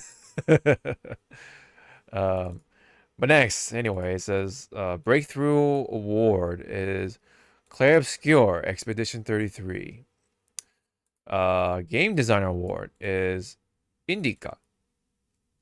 Movement award. Okay, so this also sounds a little weird, but basically it just means mobile. That's their way of saying mobile, if you want to translate that. I guess it's like their way of localizing it or translating it. But it's the mobile game award, and that went to Pokemon TCG Pocket, basically. And then okay, there's a special award like that's so vague, right? And it went to the PlayStation Store. Like, okay. I don't know. I thought that this whole award thing is kind of funny overall, so I that's why I had to throw that in there. And it was like very quick. It was like, like there were some emotions, but it didn't. It doesn't. You don't expect it as much as you see with like Jeff Keighley's Game Awards show, with the music and everything, the atmosphere, all that stuff. Yeah, like they are actually like speeding through it, so it did happen pretty fast, which I'll give them that. But at the same time, this is kind of like kind of a funny nothing burger to me, other than some weird outliners with the Minister of Economy and then the special award, and then you have, well, this is okay. This is just basically a mobile game award, but yeah, I don't know. Any comments when it comes to all of this? Well, I'm gonna be honest with you, Captain. Yes. They had me at award for excellence. Then you fucking lost me at Minister of Economy. Yeah. Yeah. And then you got me. Then you picked me back up with the Breakthrough Award, which to me I believe wholeheartedly that Expedition 33 33 does deserve it. Yeah. And then you lost me again in the next category. Mm-hmm. You semi shine the flashlight to like we're going there. I'm like with the next category, and then with the special award, the lights just turned off. All right, you flip the sign closed. All right, we're closing up shop. Get out. We're closed for business today. It's not even doing like the blinking like. It's just like. Yep. Like, oh. Turn it off. Yep. Wrap it up. Wrap it up. Put the fries in the bag, as the kids would say. Yeah. All right. Lastly, to wrap up this part, trying to get through this as fast as we can. Where are we at right now? 2 hours. Not bad. Big news for Nintendo. Yes, we are zooming with Nintendo because big news for the Nintendo fans, in case especially if you're in like in the business side of things. Doug Bowser. He was president of Nintendo of America for a while, but he is actually retiring by the end of this year. Literally by the end of this year, December 31st. Who will succeed him is, I believe her name is Davon Pritchard. She is a 19-year-old veteran at Nintendo and will be the first president of Nintendo's branch of some kind. Indeed. So that is, I guess, yeah. So I guess that is a significant change there. Other than that, I have no idea who this person is, and I hope she does. She's been like within the company, as you said, for 19 years. So she oversees like a lot of like games. Her most prominent ones is the Pikmin series. Oh, okay. So and she really loves Pikmin. So it's like, okay, you know what? You're gonna make a lot of people happy because I'm one of those players. I do like Pikmin. Yeah. Even though I fucking pull my hair out for a lot of gameplay. Because I threw the wrong Pikmin. It's like, go get it. Like the items in the water, and you're just tossing them. You're like, oh. Oh, did you throw the red ones into the water? The red, the yellow. Oh no! And then I just see the ghosts, and I'm like, oh. Oh dear. no. Oh no. And then That again, hurts. like when you play the Pikmin theme song, Yeah. such a lovely song until you read the damn lyrics and you're like, I see. Oh, Yeah. this is not one nice song. Yeah. And then but I hope she she does well. Yeah. Of course. And then I'm gonna put this in the docket because Sure. it does pertain to her Okay. or to Doug, thanks to Pro Jared. Where's okay? There, thank you for your cursor. Right there. Click on that shit. It's fucking hilarious. Like I got a giggle of it. Just read No, I know.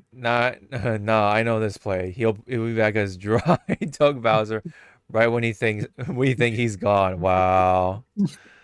Wow. It's like hey. It's like hey. That's He's like not lying. That's like But honestly, he's that's right. honestly kind of like a Nintendo dad joke. I honestly think that's kind of like a dad joke type of like Nintendo related thing. Okay. I see you. So she Like sorry, yeah, just like again. go ahead, yeah. If Iwata-san was still around, he would be laughing at that. Right. So And I guess right probably now, like again when yeah, go ahead. Oop. Go ahead. And again, like if Iwata-san was still around, he'll probably have like a grand old time like talking to Doug because of his last name. If only, right? If only. You know. A lot of things would have been different if he's still around, But unfortunately, he died way too soon. He passed away way too soon because of a specific cancer. Yeah. And hopefully this is yet another opportunity for Nintendo possibly to shift back into what we hope to envision it becomes in the future, right? Just being a great gaming company again. But this is the America side of things, so we can only hope for so much. But yeah, so I was gonna say that Mrs. Pritchard here is currently the Executive Vice President of Revenue, Marketing, and Consumer Experience. Again, yes, you will be president effective right away as of January 1st of next year. Another sort of big one too. I want to say it's right here. Oh, we already clicked on that. Sorry. Yep. Oh, I think I know what happened. Okay. Let me just make sure this is also the same. I think it is. Yes, it is. Okay. This one is also another big one when it comes to the business side of things. So that, yes, Nintendo of America is also gaining a CEO of some kind. And that person taking that role is Satoru Shibata. He right now is in Australia. He worked at Nintendo Australia, excuse me, Nintendo Europe, Nintendo Japan, and Pokemon Company, and now he's going to be in Nintendo of America. He hosted the directs. He plays video games, according to Stealth anyway, and yeah. So hopefully, that principles will transfer over and translate over as well as he's CEO. Now, it does not say when he will be officially. I imagine the title. Yeah. I imagine probably around the same time when Bowser retires, is what I imagine. So there is going to be a big shift of leadership in some ways, right? Leadership. Mm-hmm.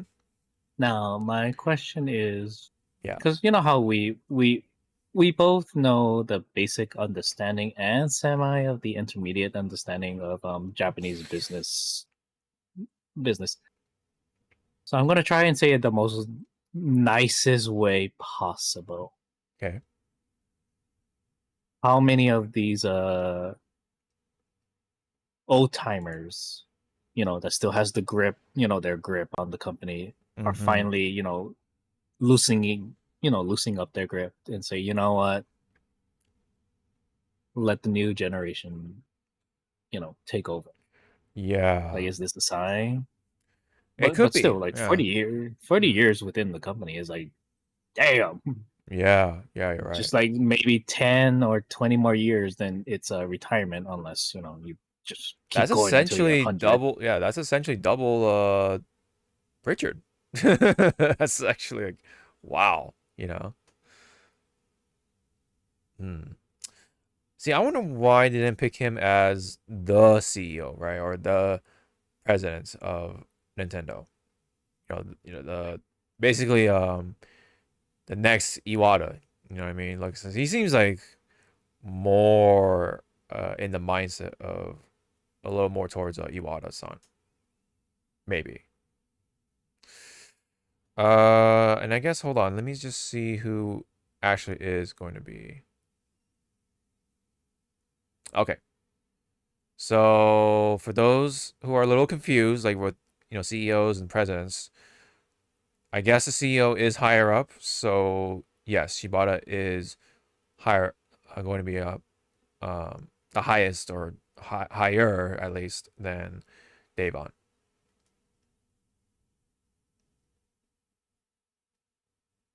Mm-hmm. Let me look at Iwata's thing real fast just to kind of yeah, see, it's sort of Iwata. Okay, let's see.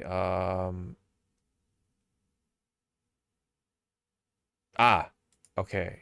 So he was the fourth president of Nintendo, as well, I guess simultaneously as the CEO for Nintendo of America until his passing.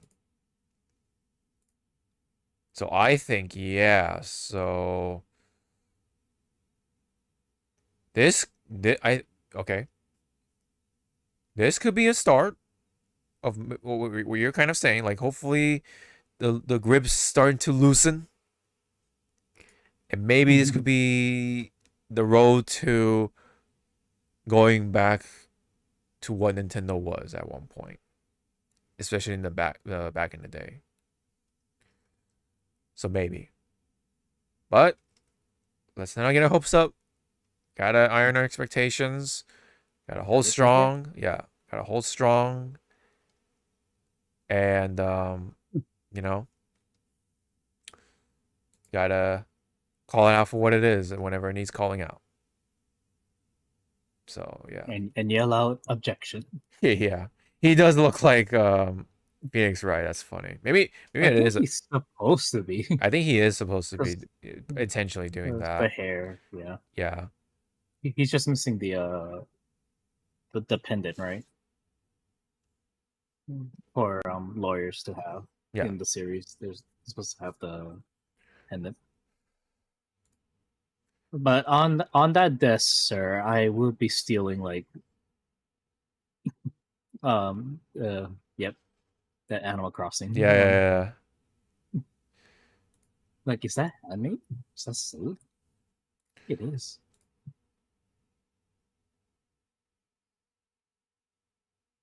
Yeah, yep, look, yeah, Animal Crossing. Yeah, that's Animal.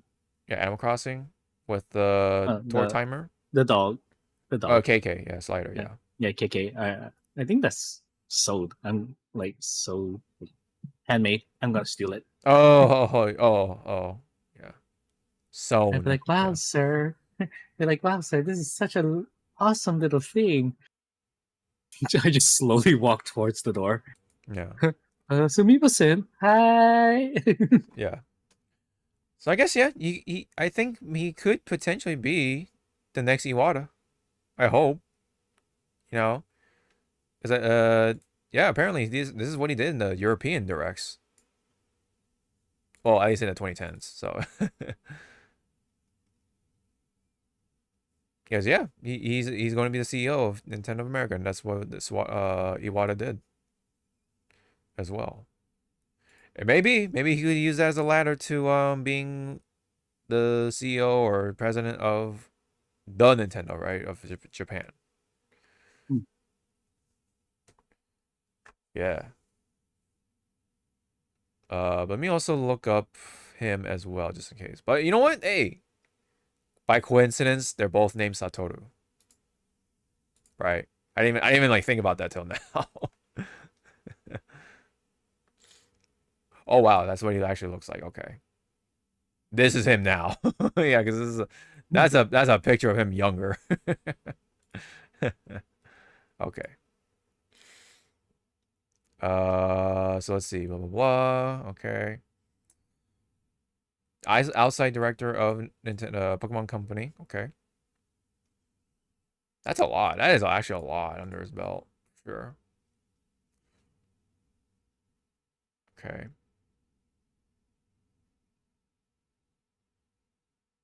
Oh dear. Oh my.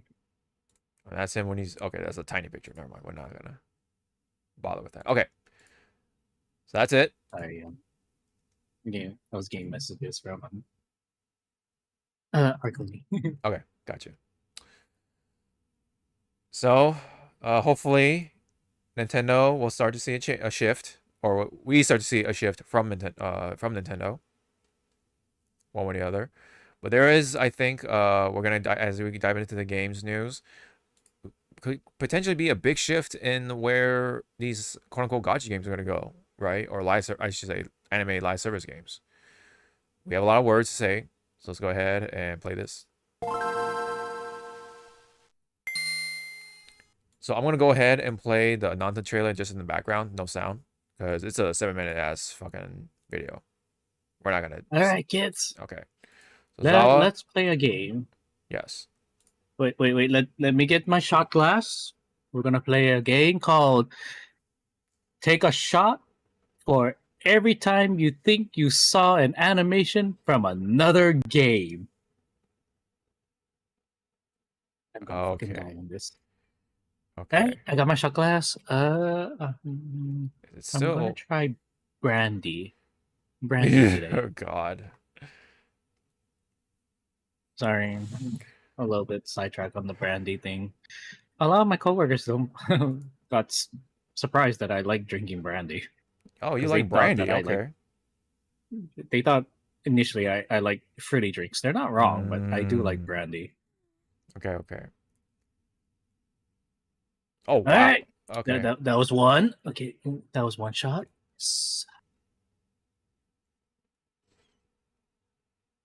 The onesie. Another shot. Another shot.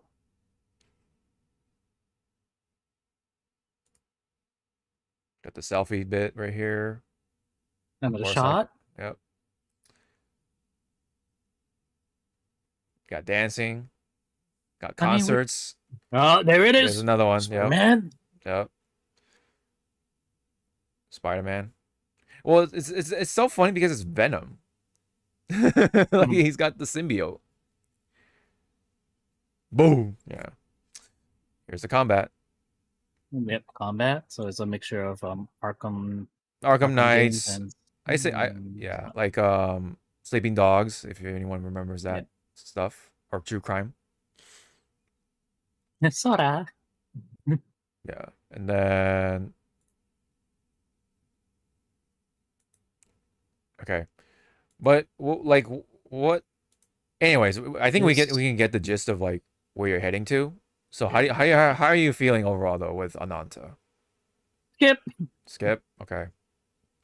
Simply. If I wanted to play, if I wanted to play a Spider-Man-esque game or Spider-Man, Batman, Arkham game esque, I just turn those games on.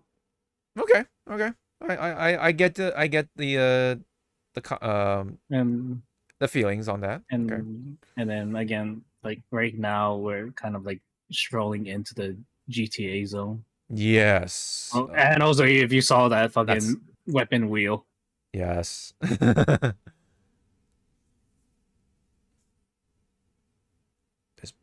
Yeah, there's cops, there's robbers, there's stealth, Shippers.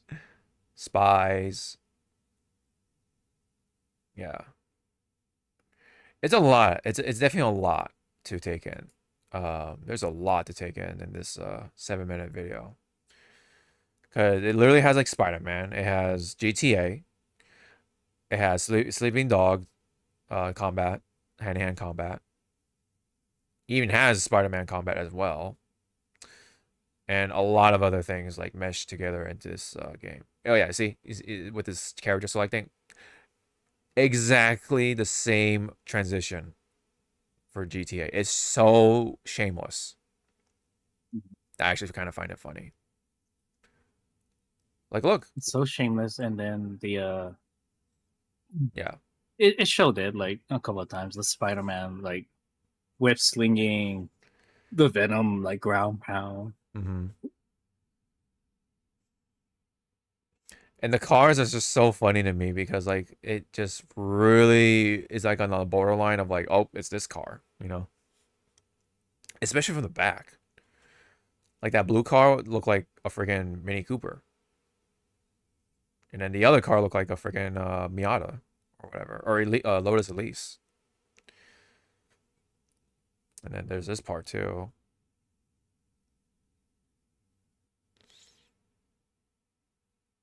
I'll turn on the... I'll put the sound like super low or something.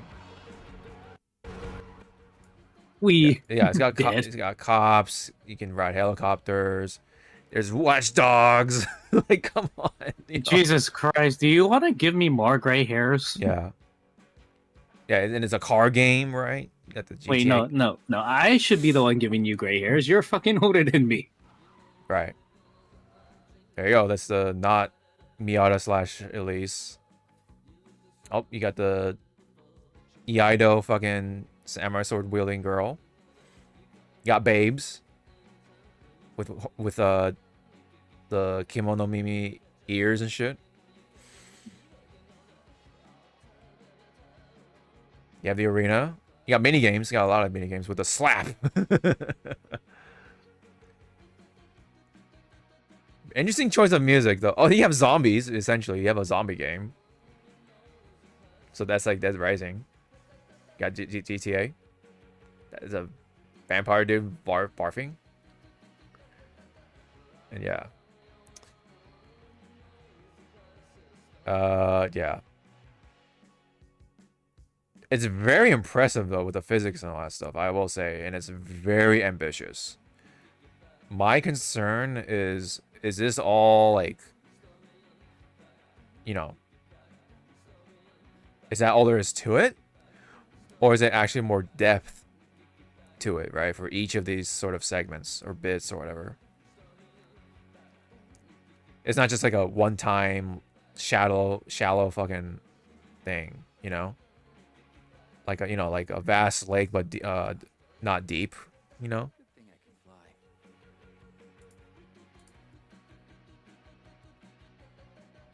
But anyway.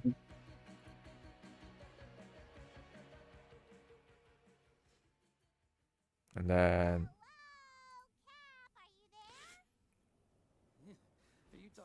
Yep, Spider-Man. There's the Spider-Man stuff. I found him, 6th floor, middle room facing south. But next time, I'm done playing the delivery guy. Did your cover get blown? It's so, yeah, it's so shamelessly Spider-Man. It's so shamelessly GTA and Watch Dogs and many other such things. But I do want to play it. Like I'm really curious of how it all comes together. And the thing about this game, even though it looks anime as fuck and looks like it has, you know, has like the babes and like the girls to have gotcha and stuff like that, they apparently said there's gonna be no gotcha. So this is like a full-on, full-ass game that could be free to play or whatever. I think it is free to play because it's telling you to sign up, pre-register. Yeah. So this will be a live service game, of course. I think what they're gonna do is this is my wild guess, is that they're going to just sell you like the cosmetics, and maybe like, I don't know, maybe they'll sell you the characters instead. I don't know, right? Instead of like the gacha, and that's like the the catch. That's like the worst case scenario, honestly. But if it's all cosmetic, hey, I'll take that. It's cosmetic. It's nothing. But if there's a catch to it though, then then me playing this game will be short lived, right? But nonetheless, though, I do want to play it. It looks like there could be things that could change the landscape of this part of gaming, right? When it comes to the anime live service gacha stuff, right? The gacha space. Potentially. Was there anything else you wanted to say about Ananta?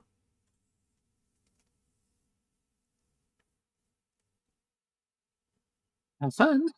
To those that are gonna play it, Mm-hmm. again, I'm not gonna play it because it's probably not a game for me. And as I was half, not even half joking, 3/4 saying my piece on it of like how many things that you can plainly see they probably took inspiration from or whatnot. Yeah.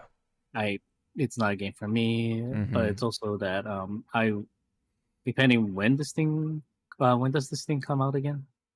Well, they haven't said yet. Okay. Right now, you can only just pre-register. Pre-register. Okay. Yeah.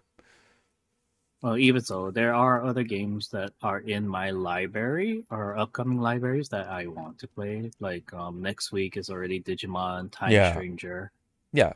That's $120 out of my pocket again. Oh, are you getting the deluxe edition or whatever? Yeah, I wanted the collectors, but the statue, but the main source Bandai Namco store sold out immediately. Oh. Well, not immediately. It was there hanging for a while, but I did not know at the time that I could use PayPal. Oh, for the pay in 4 thing. Yeah, the pay in 4, which I recently discovered.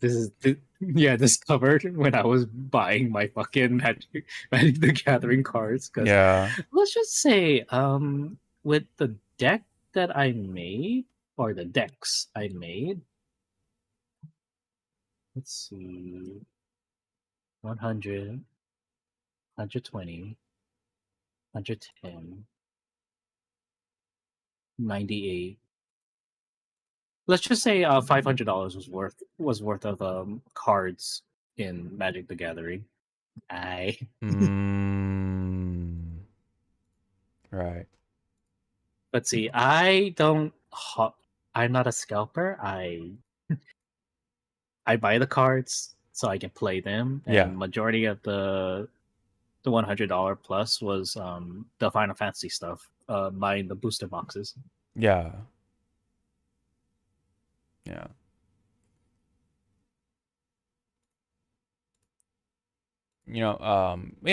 I get it for the people who aren't like, onto it, like, or on board with it. Like, I get it.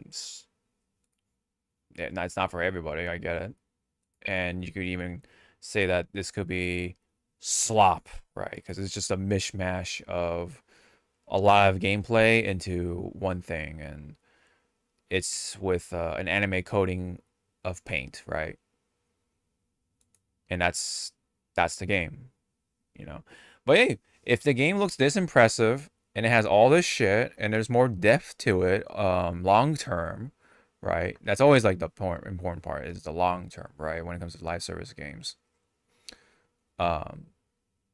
You know what? Like, if I love this game that much at that point, then I have to make adjustment, right, to my library of these like gacha games I've been playing. So I would have to put aside or bench, and I actually like thought about this, right? And I like weighed the options between the games I've been playing, which is basically Genshin, Star Rail, ZZZ, and there's Uma Musume, right? And then there's potentially this, right? If I do like it, right? So if that's the case, if I'm going to play this long term, then I'm actually going to say I'm going to bench Star Rail, because at least with Star Rail I can skip the story. It will provide me a recap. Their events are not like gone permanently. There's no like limited time events. There are limited time rewards, unfortunately, which I kind of discovered the hard way. But they do allow you to play the events after, right? They put them into like a backlog system, unlike Genshin, for example. ZZ does the same thing, but I don't know if they have like limited time rewards there. I forget. Anyway, that's my sort of game plan if this is a game that I'm planning to stick with. Because like, dude, like playing full time, like full on, like 5 gacha games is no bueno. And another thing, right, that kind of weighed the scales was my sort of interest and curiosity with the stories, right? So obviously I'm invested with the ZZ story. There's already stuff happening in that game, right? Especially with the proxies. And then when Genshin, stuff has been happening as well. Whereas Star Rail is still like, okay, you're kind of just like basically still hopping world to world.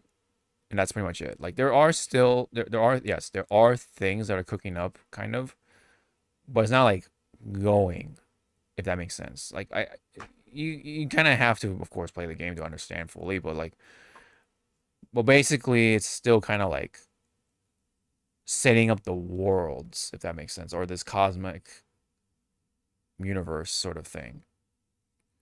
So I can kind of like just put it down until like, oh, you know, shit is happening, right? Like, okay, at least there I can skip the story and then get the recap and then, you know, tell me like the summary of each cutscene and get an idea of it. Will I miss out on the dialogue? Sure, but that's a sacrifice I'll be willing to make if this game is fun.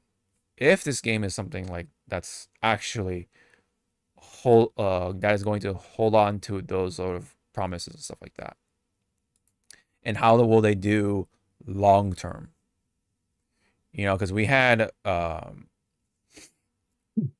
there was a game that was slated to be the Genshin killer, and they were like hyping up for a good while, and that was Tower of Fantasy, right?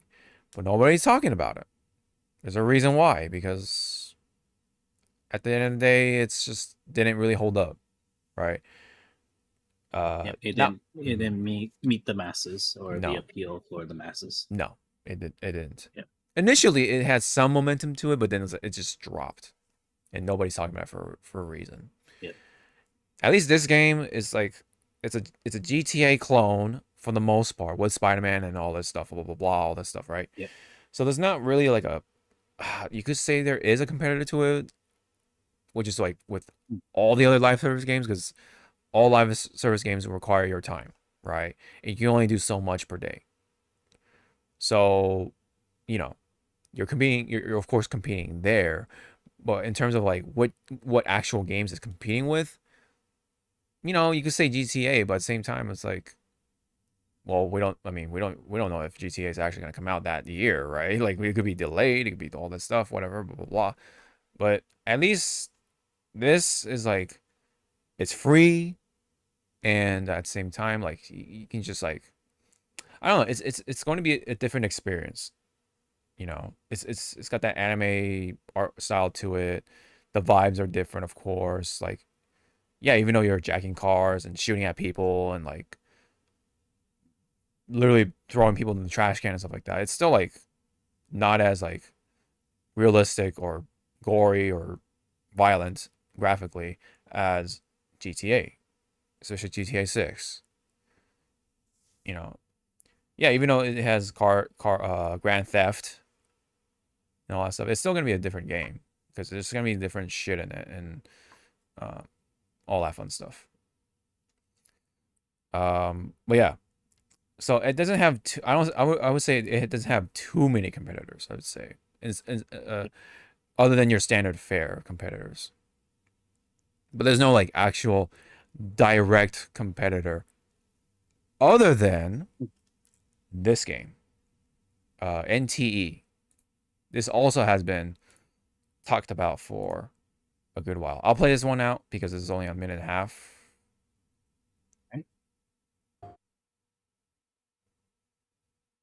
Otta Studio. Oh, come on. There we go. Lion. That's Yeah. how you pronounce it. Lion.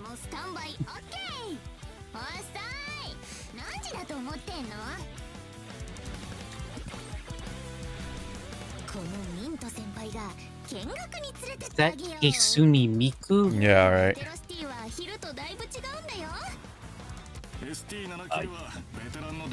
Oh, what is this?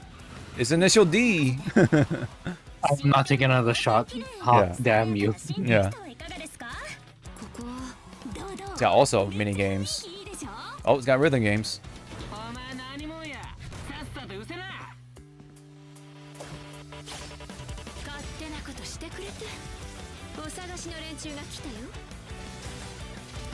Yeah, this is more of like what you would see in like Genshin and like other such fantasy games.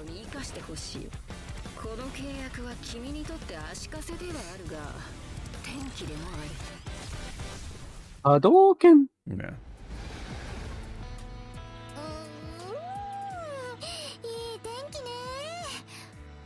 My boobies are not fake.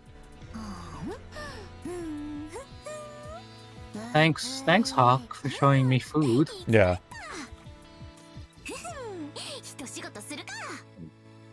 I'm gonna kill this man. Next evil. Yeah. By So, putting yeah. a pillow on his face. Oh God, Jesus, dude. So, anyways, Like, yeah. hey, Hawk, remember that video you showed me about food? Yeah.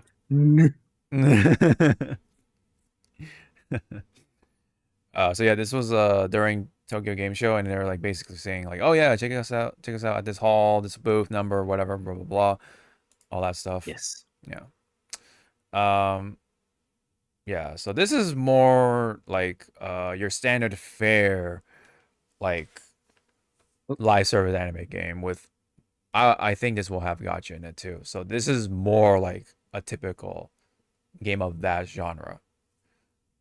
So I guess you could say the Genshin players and like all that stuff, ZZZ, all that in between, are gonna be a little more familiarized here.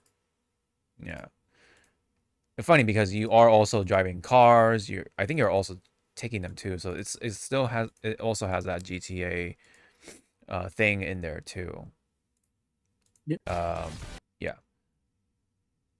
Now you're not like Spider-Man swinging or anything like that. It's got at least some form of uniqueness to it because what happens in this game is that you can go into these like worlds, not worlds.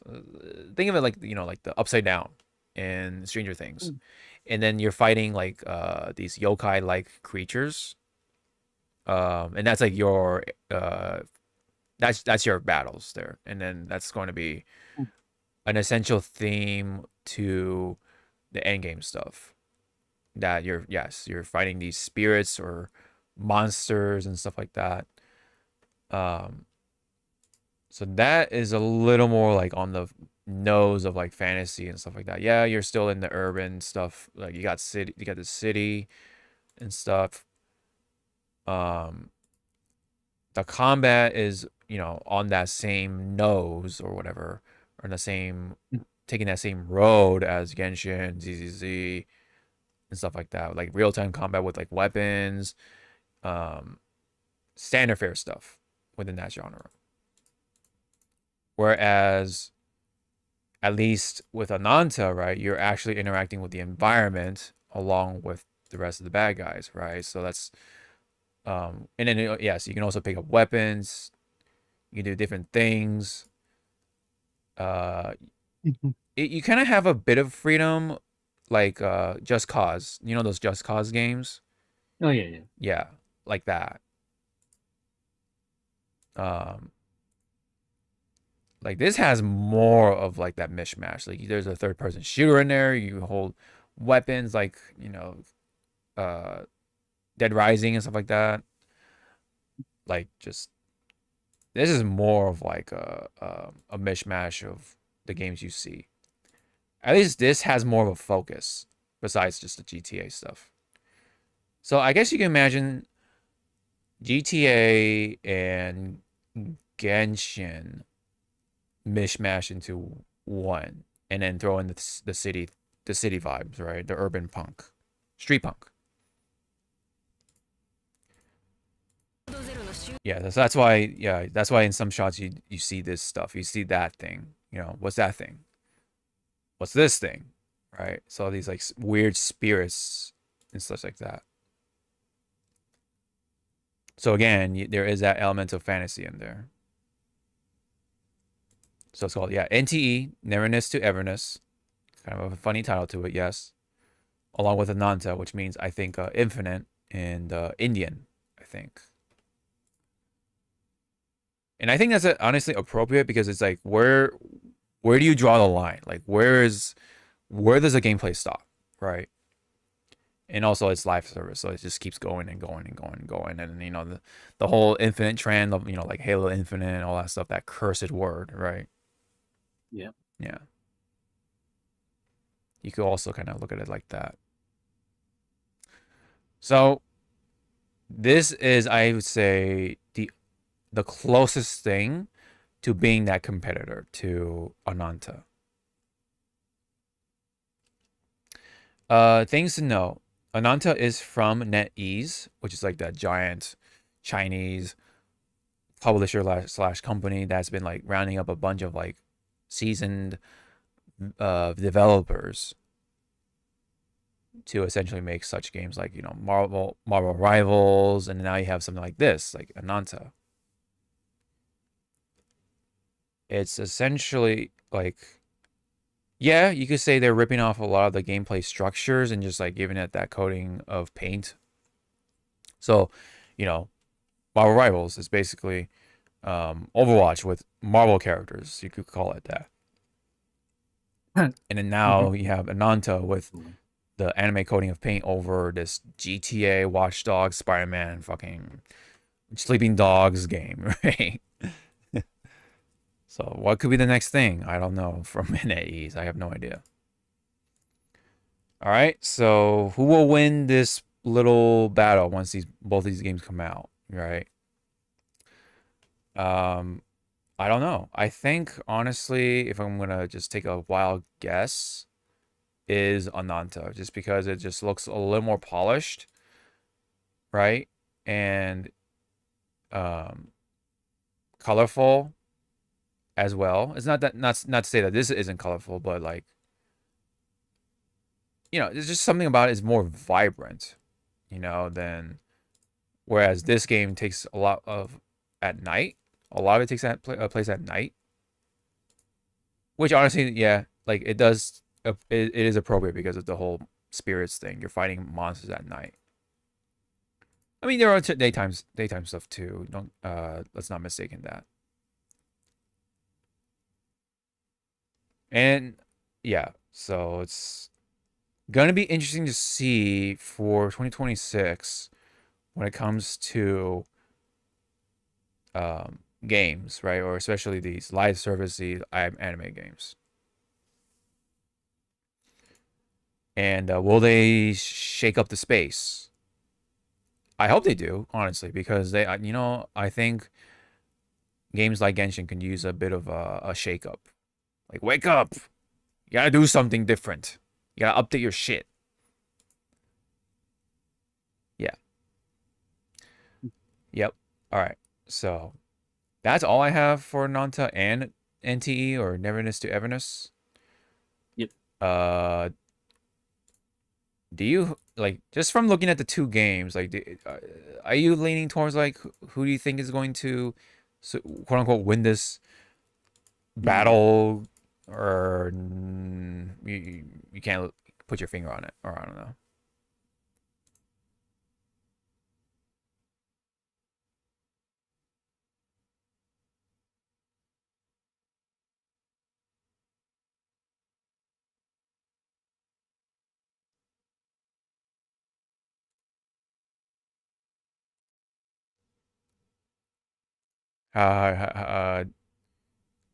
Do you think either of these games will even, I don't know. It'll find its audience, no doubt. It definitely will. It definitely will. Yeah, for sure.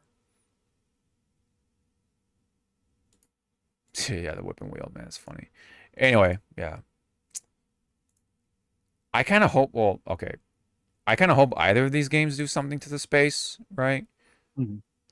Like, hey, like this game does this, right? Maybe we should incorporate that philosophy into this. Now it'd be funny if like Genshin starts to like throw in cars in their game or something. That's like, no, right? But but I wouldn't put it past them, honestly. And you know what's funny? Hoyo did just release a game, and then now they just also announced another game, which is an Animal Crossing clone, basically. It's another like farming simulator and like home builder and like this town builder, you know. And yeah, if you look at that game, you're like, wow, that's kind of like Animal Crossing. So, yeah, I will also try out this game, but I'm actually like more like I'm just like gonna dip my foot in it and that's it ish. But hey, you never know. You never know, right? What if this game does win me over Ananta? What if this game feels good more than this? What if it just feels like shit? We don't know because we haven't played it. What if this actually responds better? What if there's more satisfaction to be had in this? That's one way to find out, is to play it. All right. That's it on that. More on the gacha stuff, which is ZZZ. It's more like what didn't happen in ZZZ, right? Because we were supposed to have a special program last night, but they moved it to Monday because of vacation-related reasons in China. I think they're gonna have like their own Golden Week kind of thing going on, so that's why they kind of like shifting around stuff to make sure things are certain things are done, I guess, at Hoyo. But this one picture alone will explain things. Well, kind of. There is something different here. What do you notice, Zawa? Can you point that out to me? There is a change. Kids. Remember, sex do sell, but there's also a fine line of like how much sex can we sell before people come a knocking. You're kind of on the right track. Yeah. So if we show her new costume. Yes. Okay. Yeah, you got it. It's a little. It's a little much. It's reserved. It's still tasteful, right, in my opinion. Mm-hmm. Do I care for more open chest versus cover up? Not really. Right. Because again, the female. I'm gonna turn straight for a few seconds. The female body is beautiful in any shape or form. Mm-hmm, mm-hmm. It all depends on the woman or on the person. Yeah. Of how they work that damn body. Mm-hmm. If they feel fucking fabulous, let them feel fucking fabulous. Yeah. Right. If I had boobs, hopefully it's at least a B cup, and I will fucking show that off. If I had boobs the size of fucking Quetzalcoatl from fucking Dragon Maid, oh god, I'll be crying. I'll be crying. Those are like 99 centimeters, man. Like I still fucking remember that damn episode, the dodgeball episode. oh god. Here, I forgot how. I only saw it in dub. Here I come, bounce, bounce, bounce, Yeah. throws and kills the kid. It's like, Yeah. but again, like some of her assets are still visible. They just, shifted around. Yeah. It's still her. It's still her, yeah. Yeah, it's still her. Yeah, that is the Now- point. Yeah. And now the question is, because they, changed the model. Mm-hmm.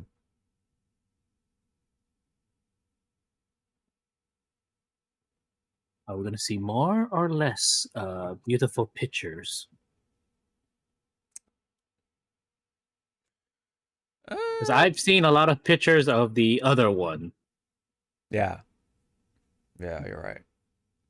holding the hammer with the with her extensions. And Yeah. I'm like,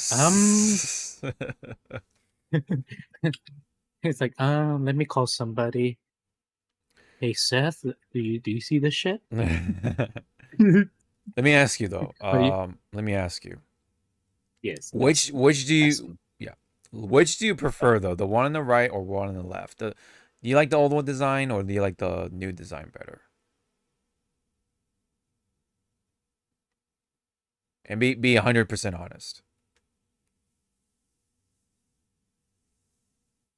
For me, because I do play mages. Some most of the games that I play, like Final Fantasy and D&D and stuff. Yes. I do like the. Oh my god! I almost forgot my left and right. I do like the right. Mm-hmm. Yeah. Where she's covering. Yes. Because the trinkets to me gives more like detail of like, yes, I'm a spellcaster. These are probably my source of power, my runes. That's not even, that's not even part of the book. I get what you're saying. Yeah.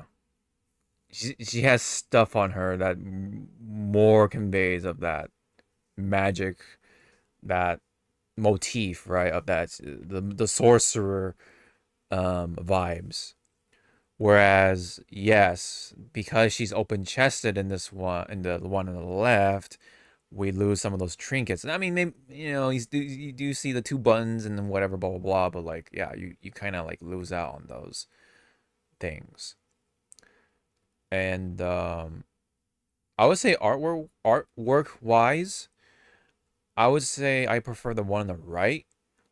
But in the in-game model, if you kind of if I or I'm just gonna speak for myself, when I look at it, it makes her chest look a little weird. It gives it more of like a saggy look, if you know what I'm saying. And maybe like it had to do something with the modeling. There was some trouble going on, and then there's like, oh well, let's let it rock. But then people were just like, no, it's something weird about this design, and so they just went back to the drawing board, which is why we're here, right? And just kind of like went and said, fuck it, just gonna go with a more standard cleavage, open cleavage design and stuff like that. So I get why they did it, because I kind of honestly saw it like that. Like it was a little weird to look at, if I'm gonna be honest, in the in-game model. It was a little like something was off. Right, and let me bring up the model for Lucia, just so we can try to get like a more crystal clear understanding. Z. Oops. Whatever, it'll show up over here. Okay. Let's see. Is there a 3D model of her? Yeah, okay. I guess that's an example. Like, do you get what I'm saying? Yes. Like, it creates that illusion of of her chest being a little more on the droopy side. Mm-hmm. And maybe that's what people didn't like, right? And I think honestly they should have just. Oh, sorry. That's the thing. It could also, was because where it attaches to the neck. Yeah. So I want you, because we're artists. Yeah. I'm gonna try bring your mouse up just a bit. Right here. Okay, yeah. Where you're circling, cut that off, and expose her neckline.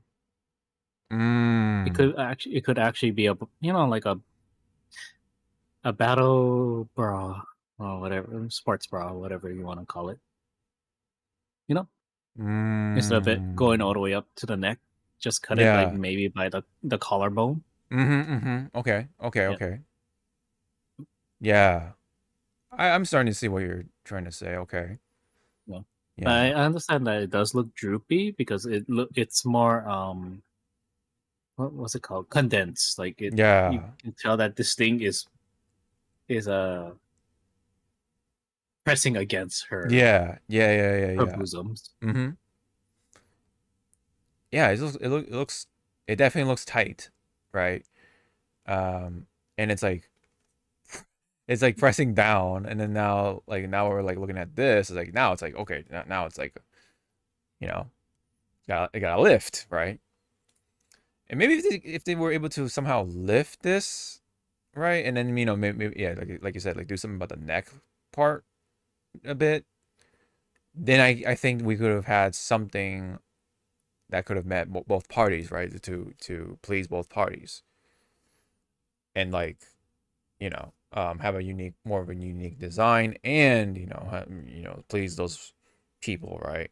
Because they're all like, oh, under cleavage, no, open cleavage or whatever, right? Or top cleavage, not under cleavage. No cleavage. No cleavage. Yeah, well, hey, there are those people out there too. But yeah, like. Personally, I think this needed some bit of work. Like, she just been like, I think at least she needed like a little bit of a lift, something to lift her, right?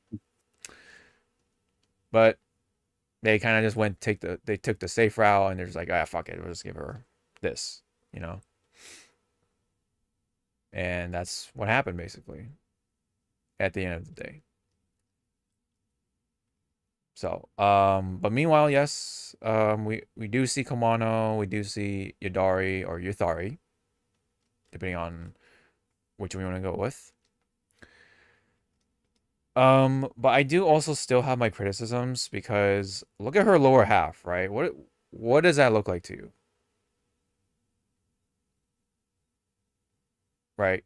Who also? I don't have my glasses. Oh, yeah. I don't have my glasses on. Yeah. Who also has this sort of bottom? Lycon. No, he's a bottom. He's the bottom. Hey. It all depends on how they draw him. But yes, you're not wrong, but Evelyn. Yeah. Yeah. Okay, Evelyn. But I was also thinking of Evelyn. Ishuan. Yeah. Ishuan. Who also has it? Does Astra has it? No, it's not Astra. Astra has a skirt with the boots and the fur. Oh, that one. You're talking about that costume. Oh, yeah. No. Let me see. I don't know. Well, I was also making a joke with low. Oh, do you have that apple bottom? Oh yeah, it's a skirt. So no. Someone, I think someone put in the. Yeah. Someone literally like recolored it, and then yeah. That's. Maybe she gave her, fashion ideas. You don't know her backstory. Yeah. Oh yes. Mitosis. Someone put a picture up. I forget where it was. This is fine. Yeah, it is fine. This shit is ass. Yeah, there's been like a very mixed reaction. Both is good. Okay, yeah, all right. Yeah. That's such a perfect.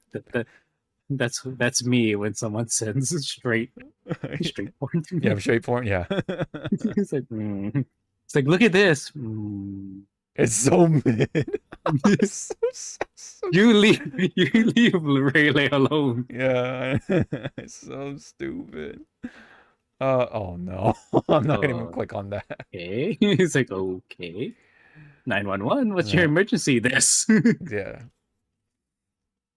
So yeah, you could say Evelyn these has degenerates. Yeah, you could say Evelyn has it.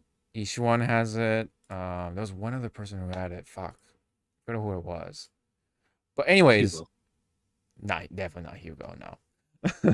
You don't know, like you don't know his pants can be like a. He can rip it off, like how Pokemon like James and Jesse they rip off their clothes to reveal another clothes. Yeah, you don't know. You're right. It's also a possibility. Like I wish I could do that. Yeah. Like sometimes, like I don't like this clothing, just rip off my current clothes. Yeah. I wouldn't count. Some people count. Oh, it was right there. Oh wait, no. Let me do on a different thing. There, right there.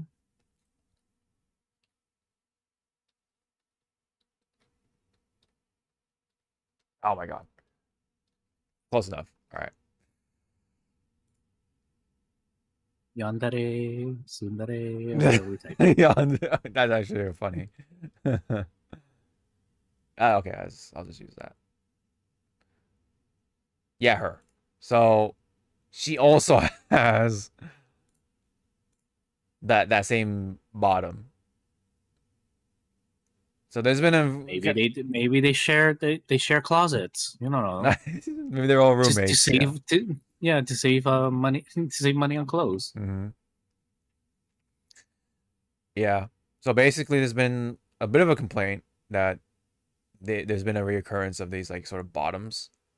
I don't know what you call it. Is it shorts? Is it the bikini? Is it the leotard thing? Like I don't know what you call it. But anyway, that's been going around 3 times already at least. Some people are counting Jufufu for some reason. I'm like, it's not as bad because, well, one, even so, right? Ishuan and Jufufu are in the same faction, so that's like a little more understandable. They're wearing a uniform, kind of, right? But even so, hers more looks more like shorts than anything. So I wouldn't count that. Maybe they're tight as hell. Yes, but they're shorts more than anything. But Yudari, Lucia, and Yishuan, and you can also count in kind of Evelyn, because it's basically that, but with pants on, like a longer version, Sort of that same principle. So yeah, it's okay. I can kind of see where that's coming from, or that complaint is coming from. Like it's a bit of a recurrence, But yeah, it is what it is, I guess.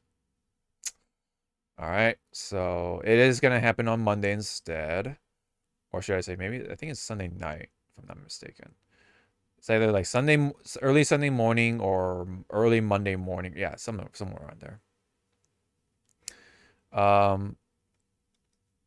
So that's going to be happening. Yeah, we have Komano, Yathari being featured in this story, so hopefully he'll get some more spotlight that he kind of deserved. Yeah. All right, so that's pretty much that. Do you remember which of these two were revealed first, or no? Because I want to say Lucy was revealed first, and then it was Yathari, whatever. I think she was revealed. Lucia was revealed first. Because if that's the case, I can save because I'm gonna see Lucia. I hope she's first. I'm being honest. sorry to say, nothing personal, but Nothing personal, kid. nothing personal, kid. Yeah, exactly. Oh yeah. Meanwhile, while I look for the tweet, show, sh how did your polls go? Right, that's the question for the audience. For you, Yes. yeah. So how did your polls go when it came to Orphe and Magus and the engine? Got the bitches. You got them, and then what was your With, count? Like, what was your damage, quote unquote? so I had 0 Rios beforehand, but I Mhm. had like 8K of Oh, of the Rainbow Crow. the Rainbow Chromes. So Yeah. convert that. That's how much. So it took like my fourth 10 pool. I have video evidence of it Mhm. to get Orphe, and then 2 pools, 2 10 pools on the what you call W engine. The engine, yeah. So Yeah. you pretty much got both of those in 60 pulls, which is Yep. that's a pretty big W. That's okay. So the fact that Yadari showed up first here, I think means Lucia is first. Yep, Lucia is first. So that means we actually have time for Yadari. So that's good. That works for me because I do want Yadari a little more than Lucia. Just by a skosh. Totally. But anyways, for me, yeah, just this much. For me, I did get both of them, yes, as well. So overall, it is a dub. However, it was not as early as you. I had to go pretty much all the way for both of them, but nonetheless, I won both of those pities. So it could have been better, sure, but I still got the W for each of them. So I will take that. Yeah, so I've been rocking the Obo Squad team, but this one has, of course, Trigger, Orphe, and Seed. So it's been actually a pretty fun team. I like it, and I was able to do the daily assault quite easily. Yeah, I think they actually though ease up the mechanics for each of them, because I noticed there was something a little different about the pairing and stuff like that. So I was like, oh, okay. And then yeah, I was able to like score more points easily. Especially when you're fighting the red boss. I forget his name. It was Pompey. Red Pompey, I'm gonna call him. Yeah. Like they made it so that you parry more instead of like the big attack or whatever you call it. So that way you get more points. Right? You're not like relying on raw damage as much, I guess. So I think in a sense though they made it easier for this time around from the mechanic standpoint. But nonetheless, I think having Orphe is like good from the Aftershock perspective.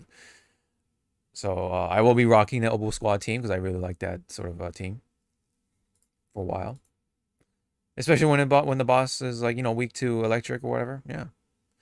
I think I've tried a little bit of the Evelyn, Astra, and the Orphe team. I was like, oh wow, yeah, this actually works pretty well. Almost maybe too well, maybe. Yeah. So yes, that's DZZ for you. Let me see. Why can I click on it? It's weird. Let me refresh that. There we go. I think this is also, let me see, just in case. Yeah, okay. We just talked about that. Yes, with the different designs. Yes. Oh yeah, so this is what I was talking about from Poyo, with their new game that's coming up. It's kind of their teaser, right? It's called Petite Planet.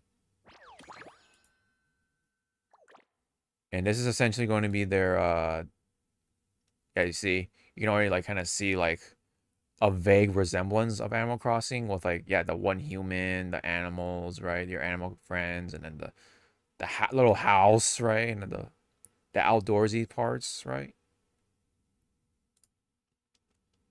And if you take a look at where's the trailer? Hold on. Let's see. Is this it?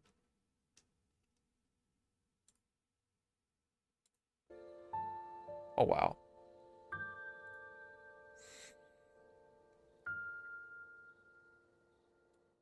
I guess the only thing different, or one of the things that does make it different, is that you're traveling planet to planet, or you can go to planet for like different like themes.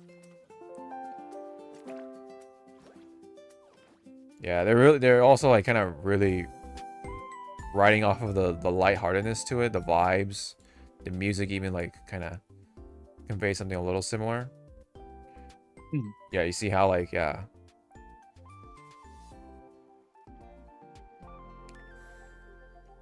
Yeah, it looks pretty. I'll give it that.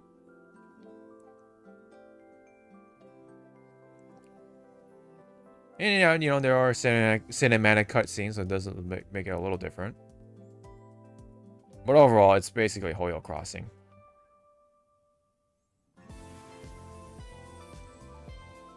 Oh wow, yes, actually, is that actually how you travel? Damn. Okay. Whoa, look at all these friends. I get off my fucking planet. Yeah.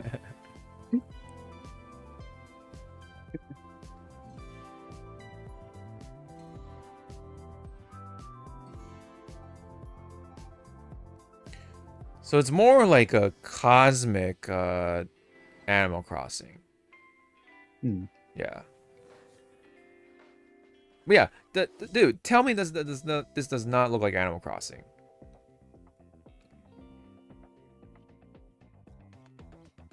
Animal Crossing or like Harvest Moon and Animal Crossing. Harvest Moon or that PlayStation one. Oh, PlayStation Life. Yeah. Yeah.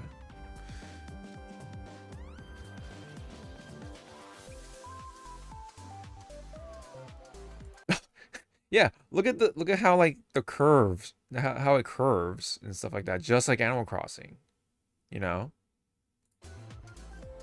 Look, the way the freaking stars shoot and stuff like that. How could you not, right? Fireworks, this part, like look at the screen ratio and stuff like that, like how things are placed.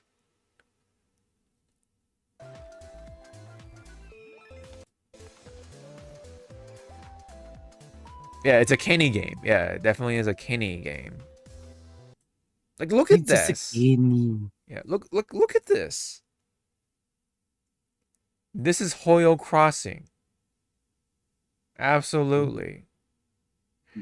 I mean, at least they are seemingly doing more things in Animal Crossing. Like, you can drive a car, possibly. You go to different planets and stuff like that. Cool. And you have like cinematic cutscenes and such like that. You know, it is doing things different, but man, like it looks really like Animal Crossing though. What's next? Like the fucking language? Is it gonna be the same thing? Like, like,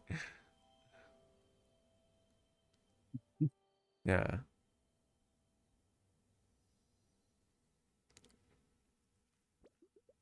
Petite Planet.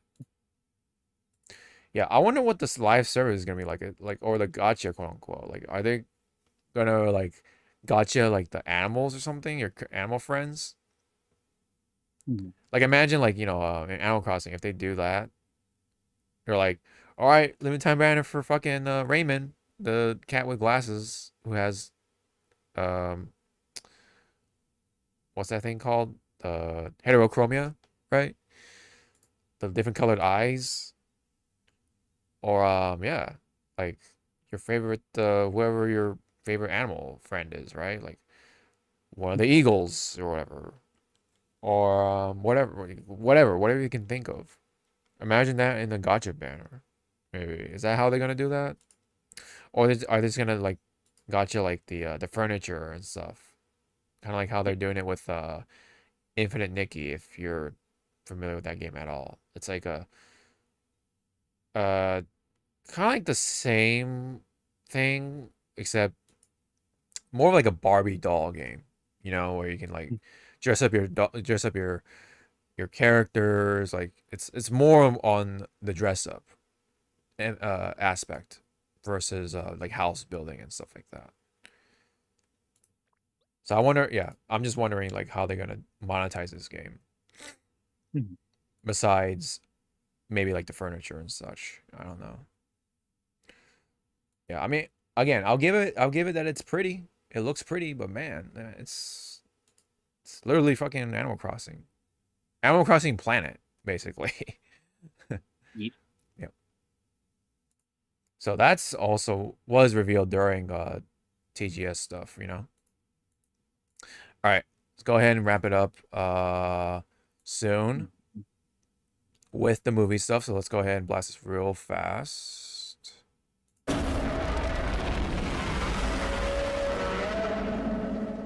I will dry up Commissioner not safe for work.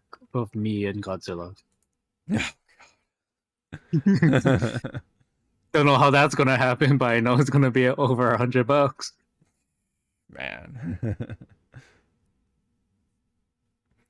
Well, so yes, this is more pertaining to the anime movie side of things, and apparently, this movie, Demon Slayer or Kimetsu no Yaiba, Infinity Castle, is now the highest grossing anime film of all time. So it earned 104.7 million domestically at the box office. Just for reference, right? And then there's this chart for further reference, if you want a comparison of all the other movies so far. So number 10 is Ponyo with 205 million. I think this is like just overall. Howl's Moving Castle, 237 mil. One Piece Film Red, 246 mil. The First Slam Dunk, 279 mil. That's actually surprising. I've actually like did not even like hearing too much about this movie. The Boy and the Heron, 294 mil. Suzume, 324. Spirited Away, 395. Your Name or Kimi no Na wa, 405. Oh, but then number 2 and 1 are the Demon Slayer movies. So, of course, you have Mugen Train, 506, and Infinity Castle now, I guess overall is 555, basically. 555 million. Absolutely crazy.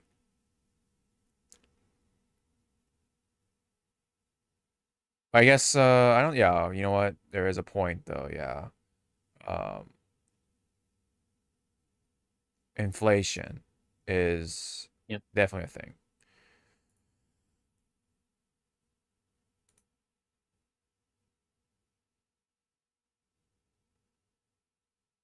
Okay, okay. There's a bit of a discrepancy there. So, but the fact though, yeah, like let's just say besides Spirit Away, the other top movies is both Demon Slayer. Like, damn. Like what is it about Demon Slayer that makes it so good? You know? I've only read like early parts of the manga and stuff like that, so I kind of know what's going on and stuff like that. So but other than that, like I mean, I know the animation stuff is all done by Ufotable. So there's that, which is, you know, like the big team behind like the Fate stuff, right? But other than that, like I don't know, man. What do you have anything?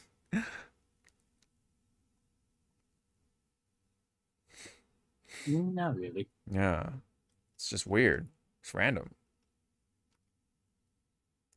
Like even like the My Hero Academia movies don't even like touch them, right? At all. Yep. It's actually like all that actually surprising because like I feel like My Hero Academia is like the new popular thing. You know, what's the like yeah, because right now, what's the big shonen popular series as of right now besides One Piece? Because that's still going. Like, what else is there? My Hero? I mean, the manga's over. The anime is still going, but yeah. That's soon gonna be over. Demon Slayer, the manga's already over. Way over. Like, way long time ago at this point. And I'm okay, maybe I'm exaggerating a little bit, but it's been a while now. This is going to be pretty short-lived at some point. Maybe, I don't know, right? Is it really Demon Slayer and My Hero as like the popular ones, and then what's the next thing, right? It ain't Chainsaw Man. No way. It's hard to say, right? I don't know. Yeah. But congrats, by the way. I don't. Yeah, and you know, maybe someone might say, "Oh, it's Channing Tatum," you know, because he is voicing somebody in the movie, like one of the major characters or something like that. I don't think so. I think it's just Demon Slayer. So I'm wondering what makes Demon Slayer this popular, right? Yeah, it's weird. You know, I can't put my finger on it. Yeah, like, does it just look that cool? Like, I don't know. Is it the story that's captivating enough? Strange. It's a little funny though because two of these movies, like, you know, Your Name and Suzume, like if you really want to break it down, it's kind of exactly the same movie. I'm sorry, I'm gonna be that guy. And I like these movies, don't get me wrong, but I mean, I haven't seen Suzume, but if you really break it down and you really think about the rhythm of the movie, it's essentially the same.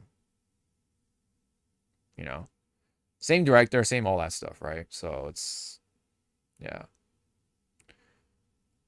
a lot of water in that movie too, and in these movies. And then there's Weathering with You. That's another like movie that's okay. To be fair, Weathering with You and Your Name take place in the same world, so I guess you could like justify a little bit, but uh, I don't know. Even then, it's like the rhythm is so similar that yeah, bit of a discrepancy there, but I don't know. Anyway,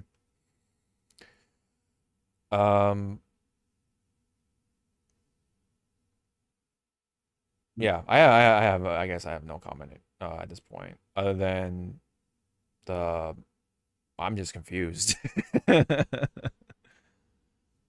Like I really wonder, right? Because this is pretty much competing with Spirited Away, you know? I guess you could kind of ask the same thing, like what is about Spirit Away? Okay, let me ask you then. What is about Spirit Away that you liked? Spirited Away. Yeah. You did watch it, yes? Yeah, I did watch it. Yeah. It did terrify me because I was small-ish Yeah. when it came out. Yeah, Baba scared the fuck out of me. There's no, kind of like no joke, but you know when you're a kid, like if you see like how someone looks, they look like your relative. So yeah, I was like, oh my god, it's Kind of hit it on the nose, don't they, huh? yeah. I was like, Yeah. oh shit, it's Auntie Rosie. And then when my auntie heard about it, she was like, fuck you, kid. But yeah, Spirit Away was a good movie to me, gateway. But I'm surprised that like Totoro is not on here because that was Yeah. my gateway. Mm-hmm. That was my gateway to his movies. Yeah. Then it was Princess Mononoke. Oh, okay. Yeah. For me, it was Princess Mononoke, and then yeah. Totoro. But then I found more love to Pokoroko than Mm-hmm. Totoro, Mm-hmm. which is weird because I don't know. Pokoroko is like one of those movies that only a few people, like in your circle of friends, will say like, "Oh yeah, I like that movie," and then the other half will be like, "Ew." Mm-hmm. I don't know. I've actually not watched that movie, so I feel like I need to like do an actual like sit down of like all the Miyazaki movies, just Miyazaki, so yeah. including the one that was on Netflix made by his son. Oh god. I don't need to say what the title of that movie is. I just need to describe it, and people just go like, "Ew, no." Yeah. I guess. It was Right? an interesting movie. Mm. Do I recommend people watching it? No. Mm-hmm. Right. Well, that's all we have, though. I mean, Yep. Spirit Away being topped by, well, I meant, okay, like, your name is kind of like, okay, I get it, right? But then you Yeah. have Weather With You, and then it has Suzume, right? And then that's where kind of like you start to kind of feel the very similar rhythm and stuff like that. But the first, but Your Name is the first of that sort of quote unquote trilogy. I don't know if Suzume takes place in the same universe, but I'm just gonna call it a trilogy because they kind of happen like within that time window. Time span. Time span, yeah, there you go. All by the same director, by the way, right? Yep. But I get it. I watched that movie. I enjoyed it. It was very, very pretty, like very beautifully animated and stuff like that. And the story was good. I enjoyed the story and such. So I can kind of see how close it is. Why? Yeah. Yeah. Yeah. Right. Yeah. Yeah. So yeah, I mean, people will have like their sort of like biases and stuff like that. But man, like if you're gonna look at animation alone, your name takes it. Like it. I mean, of course, it's the newest things. Like, you know, it really blends hand traditional animation and also the CG stuff like really well, and just really makes it into a pretty looking movie, right? And but respect to Spirit Away because it's all tradition. It's nothing like it is all hand drawn, and it's watercolor, so you have to give that too. But yeah, when it came to like Your Name, back when I watched it, it was a good movie. Yeah. But I fell more in love with the story. I'm going by story wise. Is The Girl Who Leapt Through Time. That shit destroyed me and my boyfriend. Yeah. Like, it's one of those moments because my boyfriend, he rarely shows like emotion ish, like sad tearing stuff. That movie broke him, and I'm like, the fuck? It's like, you cry? Cool. Like, cool. And then the other time, because at the time I was like, wow, you do have other range of emotions instead of being fucking deadpan and angry. Damn. I mean, we were teenagers, so yeah. When the game. Yeah. And then I guess the most other recent movie that I saw him cry, which I already said like before, was -1 because he really thought one character died, and he was like, "No, they cannot die. They work so hard to become a family. Why you do this?" And I'm like, it's Godzilla. He's not a family friendly. Yeah. Family friendly kaiju. You want that? You go to Gamera. Oh wait, no. Even that's not a family friendly fucking kaiju. Yeah, you can say that. Yeah. Even though he is a guardian of children, but yeah, it's children until like the third movie. The first two movies, like, I'm gonna just destroy every piece of shit I see. He's like, yeah. Thanks, you giant ass turtle. Yeah. Big ass turtle. Yeah. Which hurry up, yeah. fucking whoever has the Dai, Yeah. who has the The ownership rights. of Chimera, Yeah. just let Legendary borrow him. Yeah. Come on. Yeah. Legendary doesn't have enough time left with Toho Yeah. to make these Godzilla movies. Yep. Well, I mean, if they did, mhm. ooh. Yeah. Who would? Who would take up the mantle? But the mantle of highest grossing anime movie, I guess, yeah, goes to Demon Slayer. That's all she wrote for now. Until until there'll be another, right? Until there'll be another. Yes. There's always something bigger out there, I guess. Okay, let's just try to skim through these. Oh yeah, so Sakamoto Days is going to get a live action rendition of sorts. It is scheduled to appear during Golden Week of next year. So that's like what, April and Mayish, around there, around that time. Yeah, there's a bit of a hint or a little bit of a teaser. Oh, I want to say this is during. Okay, yeah. There you go. You can see him in his, well, present day, and then that's his past, right? His prime, quote unquote. Yeah. So all right. Any comment? Keep the comedy. Like, if they try and butcher the comedy, I'm gonna be kind of like displeased. Unless this movie is his quote unquote origin movie when he was still an agent. Yeah. And then it ends with him being, fat. Yeah. At the end. Mm-hmm.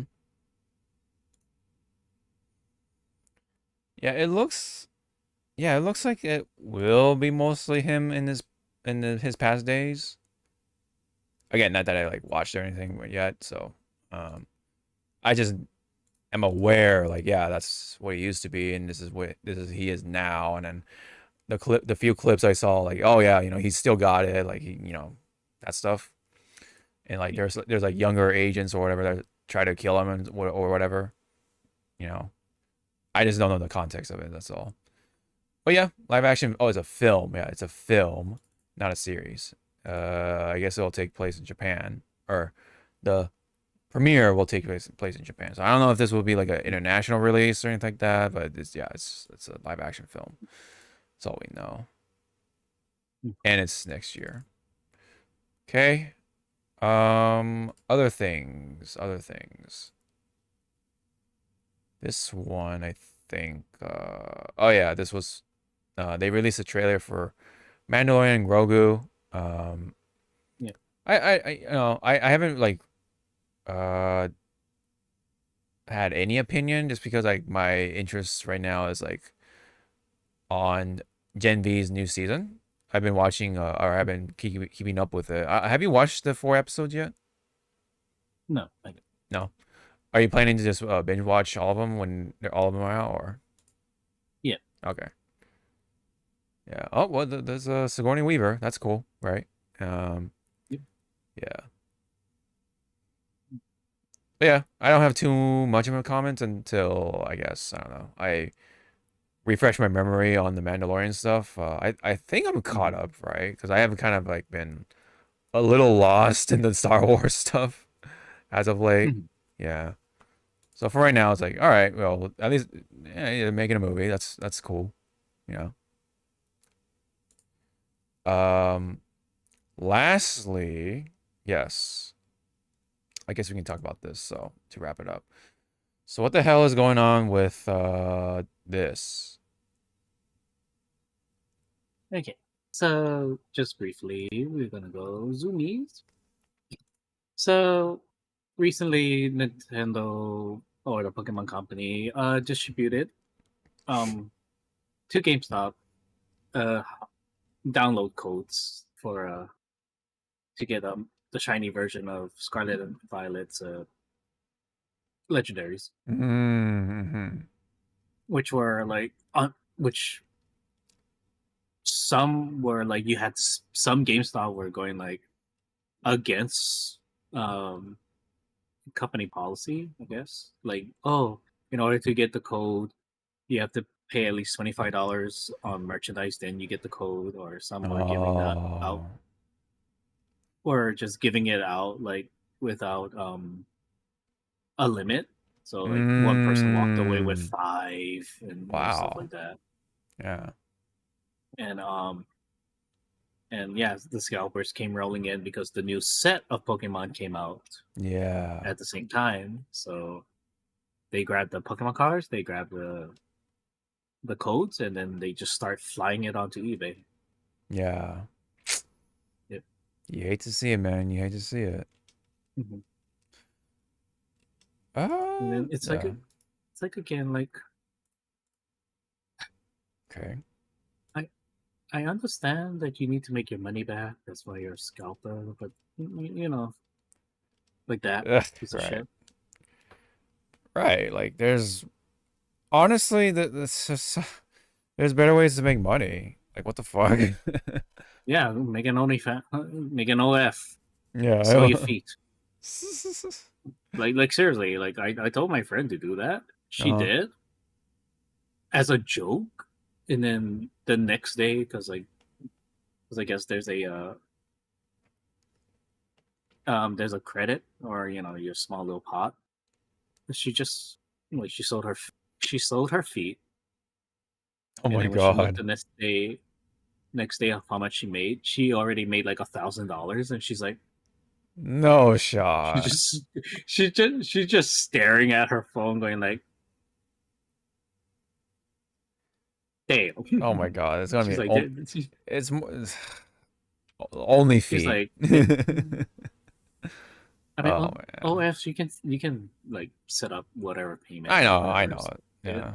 But still, she was like, "There's a lot of weird people on OF." I was like, "On OF? You mean the entire internet?"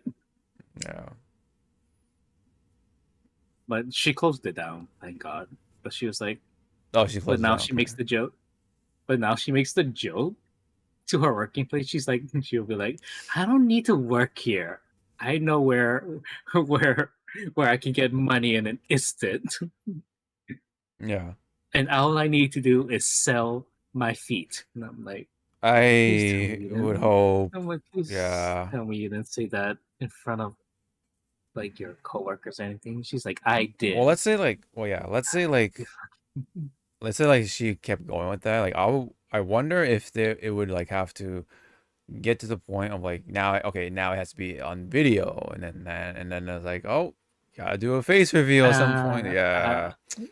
So that I don't know. I don't want to know what your tiers stuff. Right. Because it has to come to a point. Yeah. Yeah. Like the supply and demand. Like I also made a joke to my boyfriend, like you sound like you're hurting for money. Just make an OF and sell your feet, and then close the account like after you hit a certain benchmark. Yeah. And he's like, no, I'm not gonna degrade myself to that. And I'm like, yet you look at stuff like that. Yeah. He just punches me. Like it's like fucker. Yeah. And yeah, that's pretty much it with this Pokemon thing. Scalpers galore. Scalpers. Yeah, you hate to see it, man. I hate to see it. Just people like them just ruin the hobby, man. Makes things hard to just buy Pokemon cards or actually pull them, whether you want to pull them on stream or actually get those cards to collect them or to actually play them. Makes things harder because these fuckers just don't know any better, right? You're just trying to make easy money, even though it's not easy money, because you're literally competing with like everybody else on the internet for that kind of money. And like there comes a point where you have to cut short, and then you just have to just sell short and get it out of your house. Especially with Pokemon cards, especially with like if you like are stuffed to the gills with all that inventory, and then like you're not selling. It's like, oh well, fuck, man. And then you have to like pay the fucking credit card and everything. How are you gonna do that? Like, oh well, that's why you don't do that shit. I mean, there's only gonna be so many people tempted to buy that shit at that price. And then, yeah, again, you're competing with all those other people because, well, I guess to them it's also easy money potentially, but yeah, it's at the end of the day, it's not. Only like if you will get their monies and then that's it. You know? It's just food. Yeah. All right. That is essentially it. We got through it, guys. We got through it. All the Tokyo Game announcements and like everything else that happened, dude. Yep. A lot happened. A lot did happen. So we definitely did pretty good, all things considered. So, yep. That's all we got for this episode, this jam-packed episode of the Hypecast with 334. Yeah, we're that much closer to 350, guys. So, all right. So I believe, yeah, next week, just back to the old schedule again. So, well, I guess we can talk about ZZZ with their presentation by then. So, thank you very much. We hope to see you all in the next one. Bye-bye. Ow, that's my fucking nipple. It's a good thing you can't see this. Yeah, I know, right? He's fucking crawling all over.